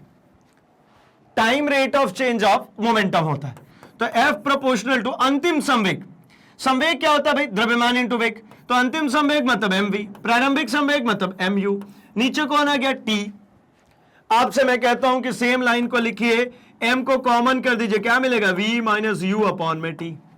अब चूंकि ये बात अपने को बहुत अच्छे से पता है कि v minus you upon T क्या होता है? एक्सीलरेशन, त्वरण। अंतिम वेग माइनस प्रारंभिक वेग बटा में समय क्या होता है? त्वरण होता है, एक्सीलरेशन होता है। तो ये क्या हो गया? Ultimately acceleration. अच्छा, ये जब एक्सीलरेशन हो गया मतलब ये मेरे को समझ में आता है कि F प्रोपोर्शनल टू ma। यह बड़ी ही इंपॉर्टेंट लाइन है, F प्रोपोर्शनल टू ma। जब मुझे पता है कि यहां पे प्रोपोर्शनैलिटी साइन आएगा तो मुझे इसको हटाना पड़ेगा, एंड जब जब प्रोपोर्शनैलिटी साइन हटता है एक कांस्टेंट आता है, k एक स्थिरांक है। यदि मैं कह लूं कि k का मान 1 हो, कितना हो? 1, यूनिटी, 1, तो मैं क्या इस लाइन को ऐसा लिख सकता हूं कि F इज इक्वल्स टू हो गया m इंटू a। मतलब मैं इस लाइन को ऐसा भी लिख सकता हूं ना कि बल बराबर द्रव्यमान इंटू त्वरण। क्या हो गया? बल बराबर द्रव्यमान इंटू त्वरण, द्रव्यमान मास ए एक्सीलरेशन त्वरण। मतलब इससे यह समझा जा सकता है कि अगर एक यहां पर वस्तु है और मैंने क्या कर दिया, तो मैंने इस पे लगा दिया एफ अमाउंट का फोर्स, तो ये एफ अमाउंट का फोर्स अगर असंतुलित हुआ, संतुलित होगा तो देखिए कोई परिवर्तन नहीं, असंतुलित हुआ तो इस ऑब्जेक्ट को ये चलाना शुरू कर देगा, ये ऑब्जेक्ट चलने लगेगी, ऑब्जेक्ट अपने स्थान में परिवर्तन करना शुरू कर देगी। चलने का मतलब तो ये होता है। तो जब ये ऑब्जेक्ट अपने स्थान में परिवर्तन करेगी तो इधर की तरफ एक्सीलरेट होगी ए एक्सीलरेशन से, तब मैं कह सकता हूं कि ये लगाया गया जो बल है वो किसके बराबर है, एम ए। एम कौन, तो मास, ये जो ऑब्जेक्ट है इसका मास। ए कौन, तो त्वरण। किसकी वजह से आया, लगाए गए बल की वजह से। मैंने बल लगाया तब तो उसने अपनी टेंडेंसी चेंज की, विरामा से गत्यावस्था में आया, कितने से, एम ए से, और ये चलने लग गया। इसके विपरीत में अगर कहता हूं कि कोई ऑब्जेक्ट है जो कि चल ही रहा है, पहले से ही चल रहा है, अब मैंने इसके ऊपर बल लगा दिया पीछे की तरफ, ये चल रहा है, और मैंने पीछे की तरफ बल लगाया, अब मुझे इसको रोकना है, तो रोकने की कौन सी कंडीशन होगी भाई, जब नेट फोर्स जीरो हो जाए। और नेट फोर्स कब जीरो होगा, तो मैं कहूंगा यदि एफ इक्वल्स टू हो जाए भैया एम ए, तो मैं ऐसा करके धीरे से क्या कर लूंगा, इस ऑब्जेक्ट को रोक दूंगा। बात समझ में आ गई कि बल के लिए अब डेफिनेशन आपको समझ में आई होगी कि बल क्या है भाई, बल संवेग में परिवर्तन करने की दर को कहते हैं। आप जितना संवेग में परिवर्तन करेंगे, जिस दर से परिवर्तन करेंगे, उसी को बल कहते हैं। यहां तक की बात अगर क्लियर है तो हम चलते हैं थोड़ा सा डिफरेंशियल फॉर्म पे भी इसके। एंड डिफरेंशियल फॉर्म क्या कहते हैं भाई, तो हमने अभी समझा था कि P से डिनोट करते हैं किसको, संवेग को, P से संवेग को, स्मॉल p से करते हैं भाई, ठीक है ना। अच्छा, एक और छोटी सी बात मैं यहीं पे कर लूं कि ये संवेग जो है इसकी इकाई क्या होगी, तो इसकी इकाई होती है, संवेग की इकाई मैं नीचे लिख रहा हूं क्योंकि मुझे यहां पर जरूरत अभी पढ़ने वाली है। संवेग की जो इकाई होती है, मास है, द्रव्यमान। द्रव्यमान मतलब क्या, तो द्रव्यमान का मतलब होता है भैया केजी, और त्वरण मतलब क्या, स्क्वायर मीटर, तो केजी स्क्वायर मीटर। आइए जरा यहां पर हम बात करते हैं। तो ये P जो कि वेक्टर P है, अगर मैं इसको कहूं तो मेरे से तो यही कह रहे हैं ना कि जो फोर्स होता है वो डायरेक्टली प्रोपोर्शनल होता है change, rate of change of momentum. तो मोमेंटम को P से डिनोट करते हैं, तो एक छोटा सा मोमेंटम dP एक छोटे से टाइम इंटरवल dt में चेंज हो गया। अगेन dP का मतलब क्या भाई, एक छोटा सा चेंज ऑफ मोमेंटम। अब छोटे से चेंज ऑफ मोमेंटम की जब आप बात करेंगे तो आइए जरा मैं कुछ बात समझाता हूं। मैं कहता हूं कि ये रेट ऑफ चेंज ऑफ जो मोमेंटम की आप बात कर रहे हैं, ठीक है, वेग परिवर्तन की जब आप बात कर रहे हैं, यानी मैं ऐसा कहना चाह रहा हूं कि v minus you upon T की मैं बात करना चाह रहा हूं। क्यों करना चाह रहा हूं, क्योंकि देखिए मैंने एक स्टेटमेंट पढ़ी है कि द्रव्यमान सदैव संरक्षित होता है, मतलब law of conservation of mass. द्रव्यमान कभी परिवर्तित नहीं होता, नहीं बदलता है, द्रव्यमान हमेशा कंजर्व रहता है, हमेशा संरक्षित रहता है। तो जब द्रव्यमान हमेशा संरक्षित रहता है और आपने मेरे से कह दिया कि भैया ये जो F है ये प्रोपोर्शनल होगा किसके, dP अपॉन dt के, मोमेंटम में चेंज के, तो मैं अगली लाइन जरा लिखूं तो मैं इस P को क्या लिखूंगा, तो d mv अपॉन dt। अब जब मैंने कह दिया मास हमेशा कंजर्व्ड होता है, सेव रहता है, नहीं बदलता है, तो बदलेगा कौन, m कैसा रहेगा, कांस्टेंट, ये नहीं बदलता, तो नहीं बदलेगा मतलब F प्रोपोर्शनल टू कौन मिल गया, तो ये मिल गया m dv अपॉन dt। अब आपको ये बात तो बहुत अच्छे से पता है कि वेग बटा में समय क्या होता है, त्वरण। ये डिफरेंशियल फॉर्म में इसी को लिखते थे हम क्या, dv अपॉन में dt। तो यहां पर dv अपॉन dt क्या हो जाएगा, अगर ये वेक्टर फॉर्म में है तो वेक्टर में ही रख लीजिए, f proportional to ma vector. क्या हो गया, F proportional to ma vector. तो इसको भी वेक्टर लगा देते हैं, बल में क्यों छोड़ के चले, ये भी तो वेक्टर क्वांटिटी ही है। Now coming to the next, मुझे पता है कि जब प्रोपोर्शनलिटी साइन हटता है तो एक कांस्टेंट आता है, and that constant will be k m। Again मैं इसके बारे में वही चीज लिखूंगा क्या जो पीछे लिखा था कि यदि मैं कह देता हूं कि इस k का मान 1 है, अगर ऐसा है तो क्या, तो भैया कह दूंगा F is equals to ma, force is equals to mass into acceleration. अब बारी आती है क्या, तो इसकी यूनिट की। तो अगर मैं बल की इकाई की बात करूं तो बल की इकाई आपको यहां से क्या दिख रहा है, तो ये है भैया मास, मतलब ये हो जाएगा केजी, और एक्सीलरेशन है मतलब क्या होता है, मीटर पर स्क्वायर सेकंड। अब क्या हो गया, तो भाई सीधी सिंपल सी बात, यहां पर एक नया काम होगा, बल का एसआई मात्रक। किसके ऊपर आ गए, बल का एसआई मात्रक। एसआई मात्रक से क्या तात्पर्य है भाई, तो इंटरनेशनल सिस्टम जो स्टैंडर्ड सिस्टम है उसकी हम बात कर रहे हैं, तो स्टैंडर्ड सिस्टम में बल का एसआई मात्रक कहलाता है न्यूटन। क्यों, क्योंकि न्यूटन ने इसके बारे में बताया था, इसलिए इनके ही नाम पे दे दिया न्यूटन। एंड ये भी बात बहुत अच्छे से पता है कि जितने नेमिंग यूनिट्स हैं उनको डिनोट कैसे करते हैं, कैपिटल लेटर से, मतलब एन को कैपिटल से। यहां केजी लिखा था तो स्मॉल से किया था, ठीक है। चलिए अब मैं यहां पर बात करना शुरू करता हूं कि मेरे से जो पूछा जाता है वो पूछा जाता है 1 न्यूटन बताइए, क्या बताइए, 1 न्यूटन। 1 न्यूटन कब होगा, तो ये देखिए ना, F इज इक्वल्स टू 1 चाहिए, तो मतलब क्या करना पड़ेगा, इसके लिए एम ए की जगह पर यहां एम की भी वैल्यू 1 होनी चाहिए और ए की भी वैल्यू 1 होनी चाहिए, तो F इक्वल्स टू कितना आएगा, 1, मतलब F इज इक्वल्स टू आ जाएगा 1 न्यूटन। अर्थात मैं इसको अगर लिखना चाहूं तो क्या लिख सकता हूं, यदि 1 kg के पिंड को 1 मीटर पर सेकेंड स्क्वायर से त्वरित किया जाता है,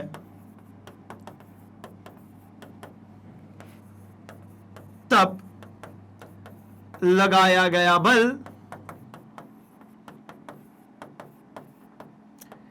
1 न्यूटन होता है। बात समझ में आ गई होगी। 1 न्यूटन किसको कहेंगे, अगर आपने जो भी फोर्स लगाया है वो फोर्स क्या करे भाई, तो 1 kg ऑब्जेक्ट को 1 मीटर पर सेकेंड स्क्वायर से एक्सीलरेट कर दे।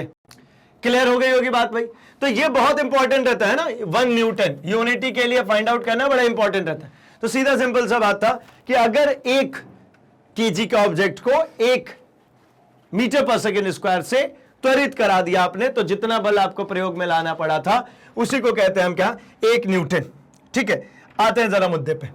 तो यहां तक ये बात आपको समझ में आ गई है क्या भाई, कि F vector is equals to dp vector upon में dt, के कांस्टेंट आ गया dp अपॉन dt। अब dp अपॉन dt को जब चेंज किया तो क्या मिला, mv अपॉन में t, मतलब F इक्वल्स टू ma।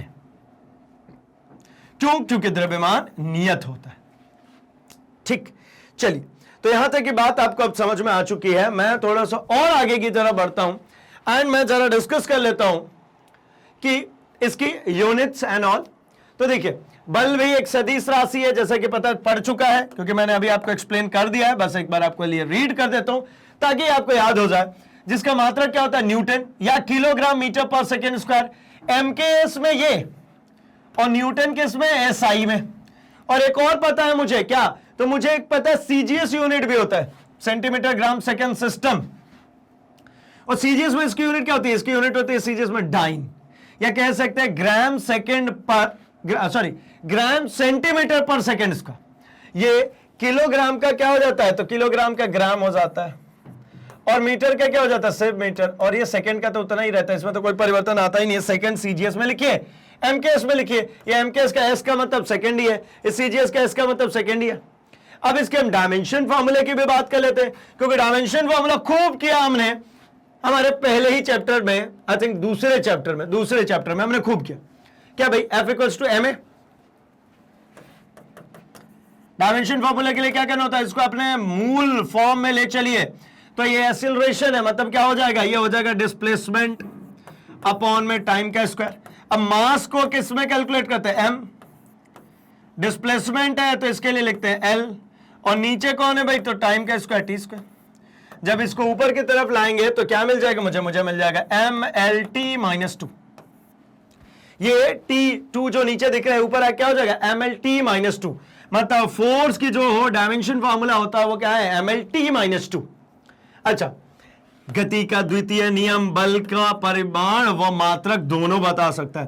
पहले नियम ने जो गति का प्रथम नियम था उसने बल के बारे में बताया, लेकिन ना तो उसने परिमाण के बारे में बताया, मतलब अमाउंट के बारे में आपको नहीं बताया, ना ही आपको डायरेक्शन के बारे में बताया, क्योंकि पहले वाले लॉ में कोई फॉर्मूला ही नहीं आया। जब फॉर्मूला नहीं आया तो ना तो आपको डायरेक्शन पता है, ना ही वहां पे आपको मैग्नीट्यूड पता है। लेकिन यहां पर इन्होंने जो सेकंड लॉ है, सेकंड लॉ ने हमको क्या समझाया कि भैया इसका मैग्नीट्यूड कितना होगा, मतलब कितना अमाउंट होगा और इसकी दिशा क्या होगी, ये दोनों ही एक्सप्लेन करने में सक्षम है। ठीक है, क्योंकि फॉर्मूला आ गया ना। अच्छा, और अगर मैं बात करें कि यदि वो बल नियत ना हो तो, अभी तक तो हम बात करते कि फोर्सेस कैसे होते कांस्टेंट, जैसे कह दिया किसी ऑब्जेक्ट के ऊपर 5 न्यूटन का फोर्स लगाया, वो ऑब्जेक्ट में ये चेंजेस हो गए, मैं कहता हूं वो फोर्स कांस्टेंट नहीं है। तो जब वो कांस्टेंट नहीं है तब क्या होगा।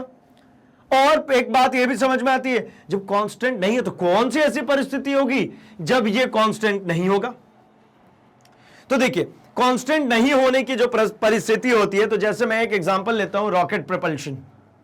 जब एक रॉकेट को ऊपर की तरफ छोड़ा जाता है तब जरा समझिएगा, मैं आगे आता हूं थोड़ा सा एंड डिस्कस करते हैं हम किसके लिए। तो हम डिस्कस कर रहे हैं यहां पर वेरिएबल फोर्स के लिए। किसके लिए? तो हम बात कर रहे हैं यदि मास नियत नहीं हो तब। ठीक है, जब मास नियत ना हो, जब मास नियत नहीं है तो क्या करना पड़ेगा भाई। तो मास नियत नहीं है तो मुझे पता है कि F इज टू, हमने जो देखा वो देखा था कि भाई होता है हमारा क्या MA, या इसी चीज को अगर मैं लिख रहा हूं तो मैं लिख रहा था क्या dP/dt। नाउ मैंने यहां पर जो लिख दिया था वो क्या लिख दिया था, यहां पर अगर आप देखेंगे तो मैंने क्या लिख दिया, मैंने लिखा ना कि ये मास कांस्टेंट है। अब मैं कह रहा हूं ये कांस्टेंट नहीं है, ये क्या भाई कांस्टेंट नहीं है। तो ये कांस्टेंट नहीं है तो मतलब इसको आप ओपन करेंगे तो ये क्या मिलेगा mv/dt। तो जब दोनों ही वेरिएबल हो गए, ठीक है, मास नियत नहीं है,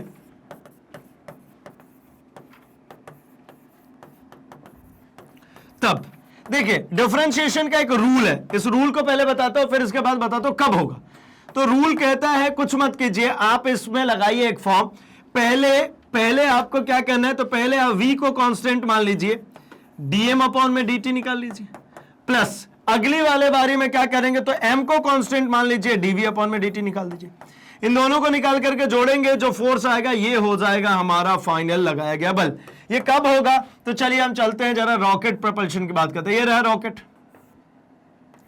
अब क्या होता है भाई, तो इसमें कई सारे चैम्बर्स बने होते हैं, ये एक चैम्बर है, एक चैम्बर ये है, एक चैम्बर ये है, और इसमें क्या भरते हैं, तो इसमें फ्यूल भरा होता है। लेकिन रॉकेट को बहुत दूर तक जाना होता है, इसलिए क्या करते हैं, तो हम इस फ्यूल को इस तरीके से, ये फ्यूल के जो पार्ट्स हैं उनको इस तरीके से इस्तेमाल में लाते हैं कि अगर ये वाला टैंक, ये नीचे वाला टैंक का फ्यूल खत्म हो गया तो इसको रॉकेट से क्या कर दिया जाए, इस रॉकेट से बाहर कर दिया जाए। ये रॉकेट अपने अंदर से क्या करेगा, इसको डिटैच कर देगा, निकाल देगा, हटा देगा। तो भैया जो रॉकेट का इनिशियल मास था MO कह लेते हैं, और t सेकेंड के बाद में या t टाइम के बाद में MO आफ्टर t टाइम के बाद में जब आप बात करेंगे तो ये मास कैसा हो जाएगा, मास m जो होगा ये मास MO से कैसा रहेगा, कम रहेगा। मतलब शुरुआत में जब रॉकेट को हमने उठाया था तब जितना द्रव्यमान होगा, कुछ समय बीतने के बाद जो द्रव्यमान होगा रॉकेट का वो कम हो जाएगा, क्योंकि रॉकेट जैसे जैसे ऊपर की तरफ जाएगा उसका फ्यूल बर्न होगा, मतलब उसके द्रव्यमान में कमी आएगी। तो ऐसा हम बाइक्स में क्यों नहीं लेते, उसमें भी तो हमने पेट्रोल डलाया था, आगे बढ़ेंगे तो कम होगा। तो भाई बाइक का जितना वेट है उसके कंपैरिजन में, आप वेट ना कहते हुए मैं कहता हूं द्रव्यमान, बाइक का जितना द्रव्यमान है उसके कंपैरिजन में जो कंजम्पशन ऑफ फ्यूल होता है, जो पेट्रोल जलता है वो बहुत कम जलता है, इसलिए यहां पे बहुत बड़ा वेरिएशन नहीं आता। लेकिन यह बात तो बिल्कुल सही है ना कि अगर हमने 10 लीटर ऑयल 10 लीटर उसके अंदर फ्यूल लिया है और कुछ किलोमीटर चले, ठीक है, करीब करीब मान लीजिए 300 किलोमीटर चल गए, तो वो भैया पूरा का पूरा फ्यूल क्या हो जाएगा, बर्न हो जाएगा। पूरा का पूरा फ्यूल अगर बर्न हो गया तो मतलब अल्टीमेटली आपके मास में कमी आएगी। लेकिन आप समझे 300 किलोमीटर बहुत बड़ी दूरी चल दी भाई, तो इस वजह से यहां पे कैलकुलेट नहीं करते। लेकिन रॉकेट प्रोपल्शन में इसको कैलकुलेट करना पड़ता है, क्योंकि वहां पर मासेस वेरी करते हैं, उसके अकॉर्डिंगली डिसाइड होता है कि कितना हाइट कैसे चल करके जाएगा।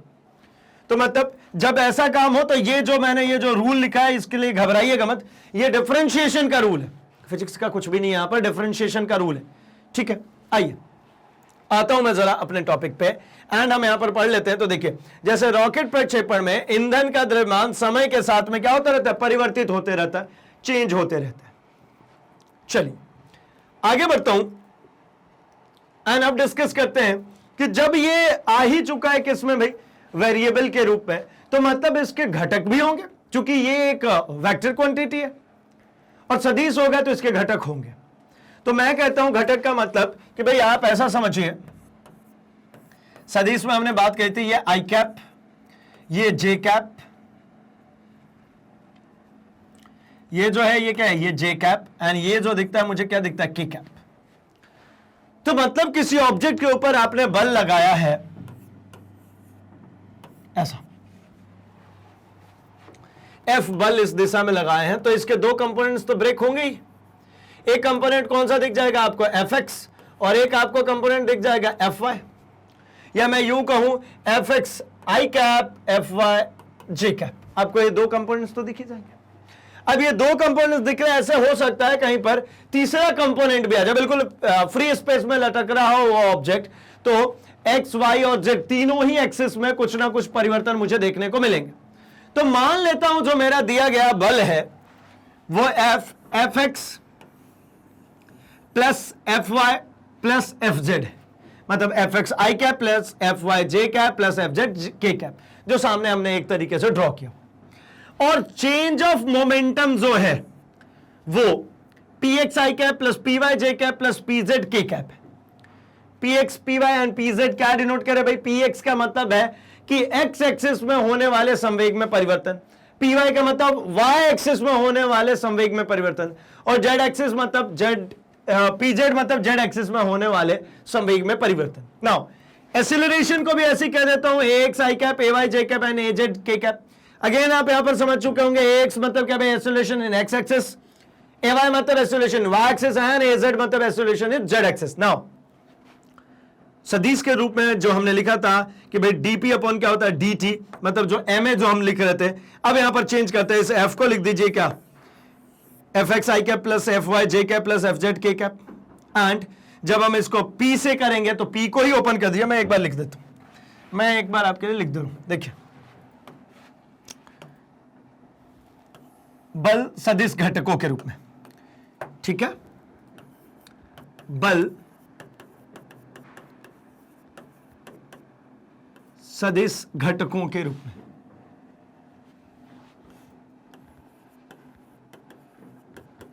घटकों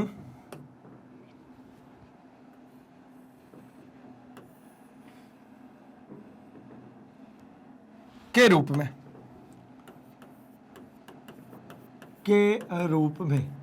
तो हमने अभी क्या देखा, हमने सिंपली यही समझा है कि F जो होता है ये होता है हमारा dp अपॉन में dt। मैं कह रहा हूं कि ये F ना होते हुए F x i cap plus F y j cap plus F z k cap है, एंड ये जो dp आप देख रहे हैं यहां पर है कौन भाई, तो d mv अपॉन में dt, ठीक है, क्या है, d mv अपॉन में dt। अब इस v को भी जब आप ओपन करके कंप्लीटली लिखेंगे तो क्या लिखेंगे, आप लिख सकते हैं इसको m d vx upon dt plus, इसको ब्रैकेट में रख देता हूं, d vy upon dt plus d vz upon में dt, ठीक है, ये हमारा i कैप, ये हमारा j कैप और ये हमारा k कैप। अब क्या काम करना है, तो मुझे कुछ बातें और पता है, m को बाहर ही रखता हूं, आखिरी मल्टीप्लाई कर दूंगा, d v x i cap upon d t का मतलब क्या हो जाएगा, तो ये हो जाएगा ए एक्स आई कैप, ये क्या हो जाएगा ए वाई जे कैप, और ये क्या हो जाएगा भाई, तो ए जेड के कैप।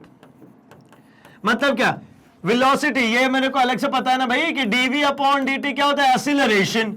मैं कहता हूं vx तो ये x, vy तो ये y, i cap j cap and k cap, i cap j cap and k cap क्या है, तो ये यूनिट वेक्टर्स है, डायरेक्शन वेक्टर्स है। और यहां पर ये हमको ऐसा है कि ऐसा दिख रहा है fx i cap plus fy j cap plus fz k cap. ना दोनों तरफ कंपेयर कर दीजिए तो आपको क्या मिलेगा, आपको मिल जाएगा, देखिए fx i cap is equals to m a x i cap, मतलब सीधे लिखूं तो एफ एक्स इक्वल्स टू क्या मिल गया, एम ए एक्स। इसी तरीके से इसी प्रकार बाकियों को सीधे सीधे लिख लेता हूं तो क्या मिल गया मुझे सीधे मिल गया क्या, F y is equals to sorry m a y and F z is equals to क्या मिल गया, एम ए जेड। मतलब अगर आपको घटक निकालना है किसके दिशा में, आपको निकालना है वाई एक्सिस के डायरेक्शन में तो ए वाई, जेड एक्सिस के डायरेक्शन में तो ए जेड। मास में तो आप कुछ नहीं कहेंगे ना कि एम भी एम एक्स और एम वाई और एम जेड होगा, भाई बिल्कुल नहीं होगा, वो सदिश नहीं है। मास जो है वो सदिश राशि नहीं है, यहां पर नहीं होगा। तो यहां तक की बातें क्लियर हो गई, ठीक। तो चलिए हम देख लेते हैं जो अभी हमने अलग अलग डिस्टिंग्विश किया था इसी को, कि भाई एफ एक्स जो होता है वो क्या हो जाएगा, DP x upon d T हो जाएगा, मतलब एम ए एक्स हो जाएगा। एफ वाई होगा वो d p y upon d t होगा, मतलब एम ए वाई होगा। एंड एफ जेड जो होगा वो d p z upon d t होगा, एम ए जेड। मतलब लगाया गया बल वाई एक्सिस में क्या परिवर्तन ला रहा है वो ये कैलकुलेट करके देगा, एम ए वाई। लगाया गया बल जेड एक्सिस में क्या परिवर्तन कर रहा है तो एम ए जेड, ठीक है। मतलब इस कार्यरत बल वेग के साथ कोई कोण निर्मित करता है तब बल की दिशा में केवल वेग के घटक बदलते हैं, द्रव्यमान के तो कोई घटक ही नहीं होने। तो क्या होता है जब आप किसी भी दिशा में फोर्स लगाएंगे तो द्रव्यमान में कुछ नहीं चेंज करे, आप किस में चेंज करें भाई, तो जो वेलोसिटी है जो वेग है उसके घटकों में आप परिवर्तन ला रहे हैं, उसमें चेंजेस ला रहे हैं, ठीक है। चलिए तो आई होप कि आपको ये वाली बात भी समझ में आ चुकी है। मतलब सेकेंड लॉ जो हम जिसकी चर्चा कर रहे हैं इसके बारे में आप तक यहां तक इंफॉर्मेशन आ गई है। अब बात करते हैं जरा इंपल्स की, आवेग की। आवेग क्या होता है भाई, इंपल्स क्या होता है, तो सुनने में तो राइमिंग वर्ड है, कैसा, ये बिल्कुल उसी तरीके से जैसा संवेग था, और रिलेशन भी है इनमें, किसमें, आवेग और संवेग में। क्या रिलेशन है, कैसे करते हैं, चलिए हम जरा इसमें बात करते हैं। तो आवेग को तो बड़े ही आसान शब्दों में मैं सिखाऊं, है ना, बहुत ही आसान शब्दों में। तो भाई अगर जीवन में कभी समझ तो गए होंगे एक्सप्रेशन से कि क्या होगा, है ना, तो अगर इसका इंपैक्ट आपके ऊपर पड़ा है तो मैं सीधा सिंपल से ऐसा कहना चाह रहा हूं कि जितना कम टाइम ऑफ कांटेक्ट होगा, ऐसा जितना कम टाइम ऑफ कांटेक्ट होगा आपके फेस और इस हाथ के बीच में, फोर्स उतना ज्यादा होगा। कुछ बात समझ में आई क्या, क्या समझे, कि अगर कोई किसी ने बहुत जोर से चाटा मारा, बहुत तेज से हमको पेन हो रहा है, इसका मतलब क्या है कि टाइम ऑफ कांटेक्ट मिनिमम था, बहुत कम समय के लिए टच में आया। मतलब ऐसा कहता हूं कि अगर आप एक बॉल को लीजिए और एक दीवार पर हिट कीजिए, आप कहते हैं कि मैं जोर से मारूंगा तो जोर से आएगा, मैं कहता हूं इसी को कि जितने कम समय के लिए वो बॉल दीवार के संपर्क में आएगा बल उतना ही ज्यादा होगा। क्लियर है क्या, दीवार के संपर्क में जितने कम समय के लिए बॉल आएगा उतना ही फोर्स ज्यादा होगा। झटके से क्या हो रहा है, ठीक है, मैं ऐसा ही कर रहा हूं, ये अगर बहुत तेजी से कर रहा हूं तो बल ज्यादा लग रहा है, मैं धीरे से कर रहा हूं, ये धीरे से, तो बल कैसा लग रहा है, कंपैरेटिवली कम लग रहा है। अब एक का मतलब समझ में आ गया होगा, किसी पिंड पर लगने वाला बल तथा वह समय अंतराल जिसमें वह बल पिंड पर आरोपित हो रहा है, इन दोनों के गुणनफल को ही आवेग कहते हैं, इंपल्स कहते हैं। और प्रदर्शित किससे करते हैं, आई से प्रदर्शित करते हैं। अर्थात मैं कह सकता हूं कि मान लीजिए किसी पिंड पर एफ फोर्स लग रहा है और डेल टी समय अंतराल तक आरोपित हो रहा है। फोर्स कितना लग रहा है, एफ फोर्स डेल टी समय तक लग रहा है, तो आवेग क्या हो जाएगा, बल इंटू समय अंतराल। Impulse equals to force into del T. अब मैं क्या कह रहा हूं, ये समय अंतराल जितना छोटा होगा फोर्स उतना ज्यादा, क्यों, क्योंकि देखिए ना अगली लाइन लिखता हूं, एफ इज इक्वल्स टू क्या लिखेंगे इंपल्स के टर्म्स में, तो आई अपॉन डेल टी। मैं कहता हूं कि आपने जो ये लिखा है, ये लिखा है बल बराबर आवेग बटा में समय अंतराल। तो मैं यही तो बात कहना चाह रहा हूं कि बल और समय अंतराल के बीच में कैसा रिलेशन, इनवर्स। अगर ये समय अंतराल जितना छोटा होगा ये बल का मान उतना ही बड़ा होगा, ठीक है ना। अगर इंटेंसिटी आप देखेंगे फोर्स की तो उस समय टाइम ऑफ कांटेक्ट मिनिमम होगा, जैसे आपको एक और बात समझाता हूं, जैसे आपने देखा है, मतलब देखा सुना दोनों ही होगा, कि कहते हैं ना कि जो फास्ट बॉलर होते हैं, क्रिकेट की गेंद जो फास्ट आ रही होती है उसमें बैट्समैन बहुत इजीली बाउंड्रीज कलेक्ट कर पाता है। रीजन, क्योंकि देखिए ना, उसके पास ऑलरेडी इतनी वेलोसिटी है, वो इतनी तेजी से आता है कि बैट्समैन को सिर्फ और सिर्फ टच करना होता है। सिर्फ और सिर्फ टच का मतलब क्या है, आपको टाइम ऑफ कांटेक्ट जितना मिनिमम मिलेगा, बॉल उतनी ही ज्यादा दूर जाने वाली है। ठीक है, इसीलिए क्या होता है भाई, तो फास्ट बॉलर्स को कहते हैं, हम सोचते हैं फास्ट बॉल आ रहा है, ये तो बड़ी दिक्कत की बात होगी, लेकिन हाँ, फास्ट बॉल जिस डायरेक्शन में आ रही है उसी डायरेक्शन में अगर मैंने बैट को अड़ाया हो और टाइम ऑफ कांटेक्ट मिनिमम रखा तो तुरंत ही जाती है। लाइक अपर कट्स बोलते हैं ना, कट्स बड़े इजी होते हैं। क्यों? क्योंकि बॉल आ रही है, उसके पास एक वेलोसिटी, आपका टाइम ऑफ कांटेक्ट कम है, तो वो ज्यादा फोर्स का अनुभव करेगा, तेजी से सन्नाटे से निकल के बाउंड्री के बाहर। तो मतलब समझ में आया होगा, इतने सारे एग्जांपल्स मैंने बताए, इनमें से कुछ ना कुछ तो घटित हुआ ही होगा, है ना। फर्स्ट वाला तो बिल्कुल ही। चलिए, मात्रक क्या होगा इसका? तो मात्रक बड़ा ही आसान है भाई, बल इनटू समय है, तो बल का मतलब हो गया न्यूटन, और समय है तो सेकंड, न्यूटन सेकंड। और न्यूटन का क्या होता है? तो न्यूटन होता है केजी मीटर पर सेकंड। देखिए, ये न्यूटन का क्या होता है? न्यूटन होता है भैया केजी मीटर पर सेकंड स्क्वायर। अब मैं कह रहा हूं न्यूटन इंटू टाइम करना है, न्यूटन इंटू सेकंड करना है अल्टीमेटली। ठीक है, किसके लिए? इंपल्स के लिए। तो ये अल्टीमेटली क्या हो जाएगा, यहां पर एक सेकंड मल्टीप्लाई कीजिए, कैंसिल हो गया, मतलब क्या बचा? केजी मीटर पर सेकंड। एक सेकंड कैंसिल हो गया ना, तो क्या बचा? केजी मीटर पर सेकंड। तो इससे भी याद रख सकते हैं केजी मीटर पर सेकंड, अदरवाइज न्यूटन सेकंड, ये सबसे बेहतर है। न्यूटन सेकंड के ही टर्म में हमें कहीं पर भी देखने को मिलेगा क्वेश्चंस में, तो इसको ऐसे ही याद रख लेते, क्या? Newton second. ठीक, चलिए आगे बढ़ता हूं। तो आपको यहां से एक बात समझ में आ गई होगी, क्या?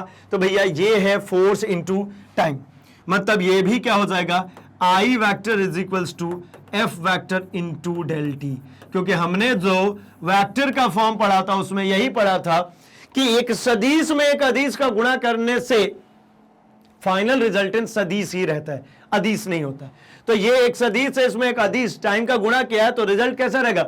सदिश ही रहेगा। मतलब F vector into del T is equals to क्या मिलेगा मुझे? I vector. यानी सदिश राशि है तथा दिशा पिंड पर लगने वाले, जो ये बल की दिशा होगी उसी दिशा में होगी। जो इंपल्स की डायरेक्शन होती है वो फोर्स की डायरेक्शन में होती है। ऐसा पढ़ा है अगर अपने को, तो भैया जिधर आ रहा है ना ये हाथ, इसी के डायरेक्शन में होगा हमारे इंपल्स के भी डायरेक्शन। जैसे देखिए, ये क्यों गिर गया भाई? ये इसके ऊपर झटके से आके बॉल लगी, टाइम ऑफ कांटेक्ट कम रही है, पट्टे से गिर गया भैया। ठीक है, आइए थोड़ी सी और आगे बढ़ता हूं मैं इसी में, एंड डिस्कस करता हूं मैं कुछ एग्जांपल्स को। जैसे देखिए, तेजी से आती हुई गेंद का कैच लेना और हथौड़े से किसी कील को ठोकना, इन दोनों ही जगहों पर हमारे आवेग, हमारे इंपल्स का काम है। ये ऐसा समझ सकते हैं जैसे तेजी से आती हुई गेंद को जब कैच कर रहा होता है फील्डर, तो क्या करता है? कैच यहां पे पकड़ा, हाथ को पीछे तक ऐसा खींच के ले आता है। तो अल्टीमेटली उसने क्या किया? F is equals to I upon del T. अब उसने टाइम के मान को बढ़ा दिया, तो बल कैसा उसको अनुभव होता है? कम। मतलब ऐसा मैं कहना चाह रहा हूं कि एक बात समझिए, मैं एक जनरल नंबर ले रहा हूं, इससे बहुत हद तक अभी लेना देना नहीं है, मैं एक जनरल नंबर ले रहा हूं। 80 न्यूटन का फोर्स, एक बॉल आ रही है और मैं कैच लूंगा, तो मुझे उसके ऊपर लगाना है ताकि वो बॉल रुक जाए। रिपीट, एक बॉल आ रही है, वो उस बॉल को अगर मुझे रोकना है तो मुझे 80 न्यूटन का फोर्स लगाना पड़ेगा। अब मैंने क्या किया कि 80 न्यूटन का फोर्स अगर मैंने लगाना ही है और मैंने लगाया इसको 1 सेकेंड में, तो मुझे पूरे 80 रोकने पड़ेंगे। चलो न्यूटन हटा देता हूं ताकि यूनिट्स कंफ्यूजन ना दे। मुझे क्या करना पड़ेगा? 80 अपॉन 1 होगा, तो भैया 80 का 80 मुझे अभी लगाना है। लेकिन अगर यही 80 अपॉन यही काम हो रहा हो कितने में? 5 सेकेंड में, तो 16 पंजे 80, मुझे कितना लगाना है? 16 यूनिट प्रति सेकंड। 1 सेकेंड में मुझे कितना रोकना है? सिर्फ 16 यूनिट। अगले सेकंड में फिर 16, अगले सेकंड में फिर 16। इसीलिए यहां पे कैच पकड़ते और हाथ ये पीछे तक खींचते, ताकि आप टाइम बढ़ा देंगे तो आपको चोट कम महसूस होगी। आपने यही 80 को क्या किया? 10 सेकंड का टाइम लगा दिया। यहां पकड़ के यहां तक बॉल को लाने में आपने 10 सेकंड का समय लगाया, तो प्रति सेकंड आपने कितने को कम किया? सिर्फ 8 यूनिट प्रति सेकंड आपने क्या कर दिया? कम कर दिया। ठीक है, तो ये बात समझ में आ गई होगी। सिमिलरली अगर हम बात करते हैं हथौड़े से कील को ठोकने की, इसमें इंपल्स का क्या गेम है? तो आपने नेल देखा, कील, ये जो सामने का हिस्सा होता है ये कैसा बनाता है, बिल्कुल पॉइंटेड रहता है। अब ये पीछे का हिस्सा कैसा है, ज्यादा। अब क्या करते हैं भाई, तो हमें इसको अगर किसी दीवार के अंदर ठोकना है, सिंपली थोड़ा अच्छा सा किल बनाते हैं, इसको इस सरफेस के अंदर, एक सरफेस है इसके अंदर, इसको ठोकना। तो क्या करते हैं, हैमरिंग करते समय आपने क्या देखा होगा, क्या हैमरिंग ऐसी होती है, अगर मैं एक हैमर लूं तो ऐसा, ये गया और रुक गया, ये गया और रुक गया, ऐसा नहीं।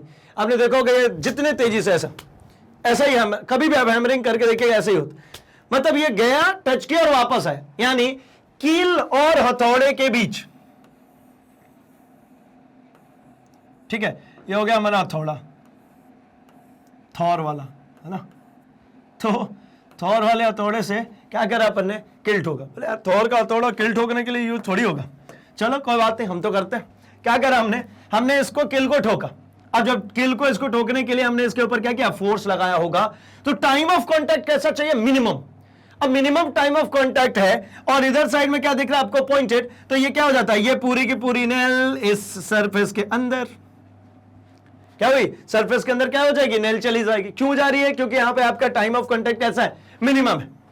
ठीक है ना, हथौड़े से जब आप किल ठोक रहे होते तब यही प्रोसेस होती। नहीं तो आप एक काम कीजिए, आप हथौड़ा हटाइए, एक पत्थर लीजिए और उससे ऐसे किल ठोकने की कोशिश कीजिए, लाइक खड़ी दीवार में ठोकनी है, ऐसे ऐसे ले जाकर के टच, ये लेके धम, ये ले जाके धम, तो क्या प्रॉपरली ठुक पाता है उससे, ऑब्वियसली नॉट। रीजन क्या है कि वहां पर इंपल्स वर्क नहीं कर पाती प्रॉपरली, आपने ले गए और उसी पर ले जाकर के रख दिए पत्थर को। अब ये टाइम ऑफ कांटेक्ट मैक्सिमम हो गया, तो फोर्स का जो इंपैक्ट होगा वो कैसा हो जाएगा, मिनिमम। इसीलिए हैमरिंग करते हैं, हैमरिंग करते समय क्या होता है, जितने कम समय के लिए हथौड़ा किल से टकराएगा उतना ज्यादा फोर्स उस पर इंपार्ट करेगा, और उसी फोर्स के कारण ये दीवार के अंदर पेनिट्रेट होगी, या फिर जो भी ब्लॉक हो उसके अंदर पेनिट्रेट हो जाएगी। अभी इंपल्स आपको बहुत ही अच्छे से समझ में आ चुका है, तो बात करते हैं हम जरा इंपल्स मोमेंटम थ्योरम की, मतलब आवेग संवेग प्रमेय की। तो ये प्रमेय क्या कहते हैं भाई, तो ये सीधा सिंपल सा कहते हैं कि आरोपित बल हमेशा संवेग परिवर्तन की दर के बराबर होता है। ठीक है, क्या, तो ये हमने देखा हुआ है न्यूटन के द्वितीय नियम से कि जो बल लगाया जाता है वो हमेशा ही संवेग परिवर्तन की दर के बराबर। ठीक, अच्छा, तो हम इसको क्या लिख सकते हैं, F is equal to dp upon dt। अगर हमने इसको ऐसा काम करना चाहा, क्या, आवेग संवेग प्रमेय, है ना, मैं सॉल्व करा देता हूं, आवेग संवेग प्रमेय। इसमें हमने सिंपली कहा कि भैया न्यूटन के द्वितीय नियम से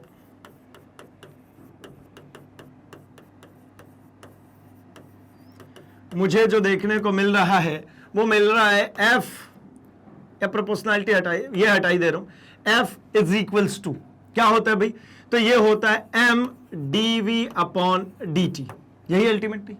या अगर इसी चीज को लिखना चाहते हो तो हम क्या लिख सकते हैं, हम सीधे लिखते हैं dp अपॉन में dt। अगर मैं इसको क्रॉस मल्टीप्लाई कर दूं तो मुझे क्या मिल जाएगा, f dt is equals to dp। Vector हटाई देता हूं, ठीक, f dt is equals to dp। अब मैं यहां पर आपसे पूछूं कि जैसे ही आपको कहीं पर भी ऐसा सिस्टम देखने को मिले दोनों तरफ dd, आप सिंपली लिखिए अवकलन करने पर, सॉरी समाकलन करने पर, इंटीग्रेशन करने पर। अब समाकलन करना है दोनों तरफ, तो इधर समाकलन ले लीजिए f dt एंड इधर समाकलन ले लीजिए dp। अब मैं कहता हूं समाकलन कैसे करना है, तो मैं यहां पर दे देता हूं आपको टाइम t1 और यहां पर आपको टाइम दे देता हूं t2, t1 से t2 सेकेंड पे। तो जब t1 सेकेंड पर थे तब मेरे पास में जो मोमेंटम था वो मैं कह देता हूं p1, और जब t2 पर गए तो मोमेंटम हो गया p2। एंड मुझे इंटीग्रेशन पता है क्या होगी भाई, तो f यहां पे कांस्टेंट है, ये बाहर आ जाएगा, इंटीग्रेशन ऑफ dt t1 से t2, और यहां पर इंटीग्रेशन dp का अगर इंटीग्रेशन करेंगे तो dp का इंटीग्रेशन कितना जाएगा, p, कहां से, p1 से p2 तक। यहां पर क्या है भाई, तो p2 upper limit, p1 lower limit, और dp का इंटीग्रेशन कितना होता है, p, क्योंकि हमने ऐसा पढ़ा हुआ है integration of dx is equals to x, तो मैं कह रहा हूं integration of dp is equals to p। Reason, तो रीजन ये होता है integration of x to the power n का मतलब होता है x की power n plus 1 upon n plus 1। अब इसी तरीके से मैं कहता हूं कि यहां पर कुछ भी नहीं गिवन है, तो मतलब क्या गिवन है, x की पावर 0 इंटू डी एक्स। अब बोलोगे क्यों लिखा, तो भैया ये 1 हो जाएगा ना, anything raise to the power 0 is 1, तो ये हो गया। अब फॉर्मूला क्या कहता है कि पावर को 1 से बढ़ा करके कर दीजिए डिवाइड,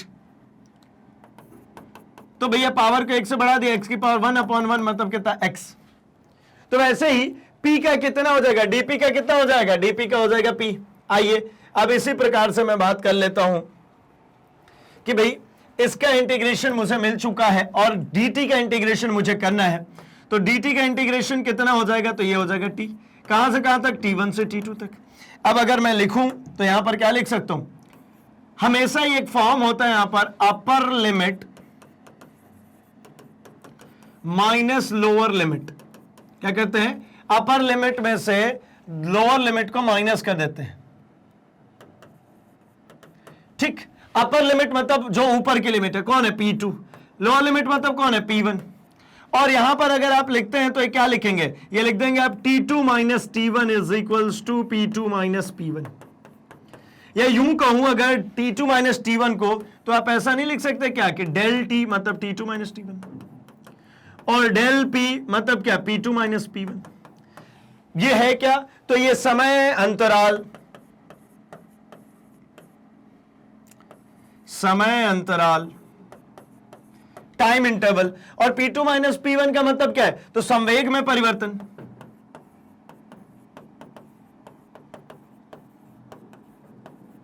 अच्छा, तो आइए चलिए इसको रख देते हैं, तो मैं लिखता हूं F del T which is equals to del P।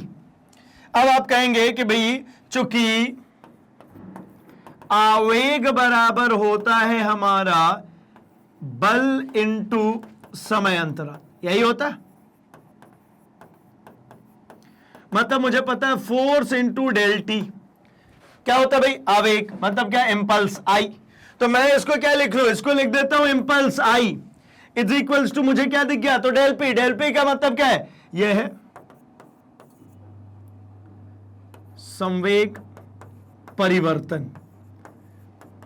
मतलब क्या समझ में आया कि आवेग बराबर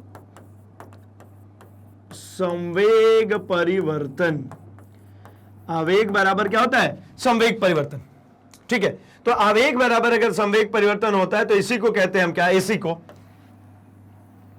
आवेग संवेग थ्योरम। क्या कहते हैं, आवेग संवेग प्रमेय। क्या समझ में आया था, impulse is equals to P2 minus P1, आवेग बराबर संवेग परिवर्तन, ठीक है। आवेग बराबर संवेग परिवर्तन। जैसे कि आप यहां पर देखिए, इस बॉल को यहां पर गिराया जा रहा है, तो ये जितनी इंटेंसिटी से यहां पर बॉल को गिराया जाएगा, ठीक है ना, उतने ही जितनी इंटेंसिटी से यहां पर गिरेगा, मतलब टाइम ऑफ कांटेक्ट जितना कम होगा उतना ही ज्यादा मेरे को यहां पर क्या देखने को मिलेगा, मेरे को फोर्स देखने को मिलेगा। इंपल्स को आइडियली अगर देखी जाती है तो ऐसा मान करके चलते हैं, कहीं पर इंपल्स निकालना मतलब सीधे एक स्ट्रेट लाइन बस ऊपर की तरफ, जैसे आप इस ग्राफ में देख सकते हैं। देखिए ये पीक, ये इंपल्स। लेकिन मैं इसको टाइम में, अगर टाइम की वैल्यू आप देखेंगे तो यहां पर टाइम की वैल्यू आप देखिए 0.002 0.004 सेकेंड, मतलब एक सेकंड को देख रहे कितने छोटे नंबर्स में डिवाइड किया, 3 डिजिट्स 1000 से डिवाइड कर दिया। इतने छोटे से टाइम पे मुझे ऐसा एक कर्व दिख रहा है। अदरवाइज अगर टाइम को इतना छोटा नहीं करता, क्योंकि वो डेल टी है ना, बहुत छोटा सा टाइम है, अगर टाइम को बड़ा करके देखता तो मुझे सिर्फ एक स्ट्रेट लाइन दिखती, मुझे दिखता ही नहीं है कि ऐसा ऐसा कुछ कर्व होकर के ऐसा जाएगा। कुछ बात समझ में आ रही क्या? ये कर्व जो आप देख पा रहे हैं, इस कर्व के देखने का कारण क्या है कि आपने टाइम को बहुत छोटा किया हुआ है, तो दिख रहा है कि धीरे धीरे धीरे धीरे धीरे बल का मान बढ़ा और ये धीरे धीरे कम हो। तो यहां पे जो फोर्सेस एक्ट होते हैं, जो बल यहां पर कार्यरत होता है, जैसे आपको यहां पर इंपल्स में दिख रहा है, तो एवरेज फोर्स अब आता तो इस तरीके से इसका ग्राफ, लेकिन इसका जो एवरेज फोर्स होता है वो कैलकुलेट करने के लिए हम इसमें एक काम करते हैं कि सेम क्षेत्रफल हम डिनोट कर देते हैं यहां पर। क्यों क्षेत्रफल? क्योंकि अगर मैं एक ग्राफ बनाता हूं फोर्स और टाइम का, तो देखिए मैं आगे बनाता हूं, ठीक है, क्या है, ग्राफ बनाना चाह रहा हूं मैं बल समय आरेख। और जब मैंने आरेख आपको समझाया था तब मैंने बताया था कि आरेख तो एक जैसे ही ड्रॉ होंगे, लेकिन वैल्यू चेंज होगी तो रिजल्टेंट भी चेंज हो जाएगा। मतलब मैं ये आपसे कहना चाह रहा हूं कि ये रहा मेरा y एक्सिस और ये रही मेरी x एक्सिस। एंड जैसा कि हमें ज्ञात है कि भाई क्या x एक्सिस पे हमेशा किसको रखूंगा, तो अगर इंडिपेंडेंट क्वांटिटी जो भी है उसको रखूंगा। यहां समय है तो समय इंडिपेंडेंट है, यहां पर कौन हो गया, बल। अब मैं कहता हूं कि मेरे को एक इस तरीके से कर्व मिला था, ठीक है, थोड़ा सा कर्व ऐसा नहीं, मतलब पॉइंटेड बनाता हूं। पॉइंटेड बनाने के पीछे कारण है कि मुझे जो मिलता है वो ऐसे ही मिलेगा, एक पॉइंटेड। अब मैं कहता हूं कि ये जो टाइम है, ये टाइम बहुत छोटे छोटे टाइम इंटरवल्स है। इसको देखा था 0.002, इसको अगर कहूं तो 0.004, बहुत छोटे छोटे टाइम इंटरवल्स।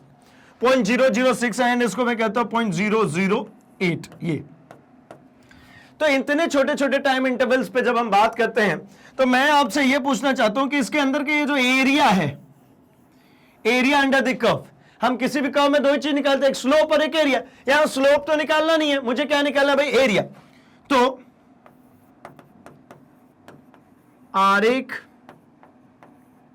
का क्षेत्रफल, क्षेत्रफल कैसे निकालते हैं भाई, तो क्षेत्रफल के लिए आपको सिंपली सिखाया y axis into x axis. y axis का मतलब क्या, बल। y अक्ष पे जो भी है उसको गुणा कर दीजिए x अक्ष के साथ में, और यहां पर क्या है, समय। अल्टीमेटली ये समय को समय अंतराल लिख लूं, क्योंकि 0.8 में 0.008 में से मैं 0 माइनस करूंगा, ड्यूरेशन ऑफ टाइम है, तो समय अंतराल कर देता हूं।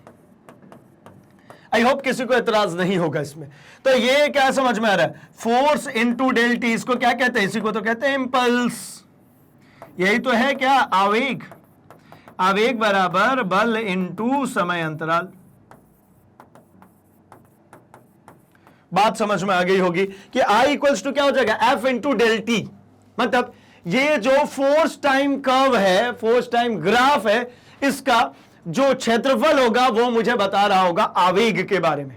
ठीक है, तो आता हूं मैं जरा यहां पे एंड जरा डिस्कस करते हैं हम इन दोनों ग्राफ्स को। तो देखिए, आवेग जो फाइनल स्टेटमेंट, आवेग कुल संवेग में होने वाले परिवर्तन के बराबर होता है, इसे ही आवेग संवेग प्रमेय कहते हैं। जो ग्राफ है वो ग्राफ ये रहा।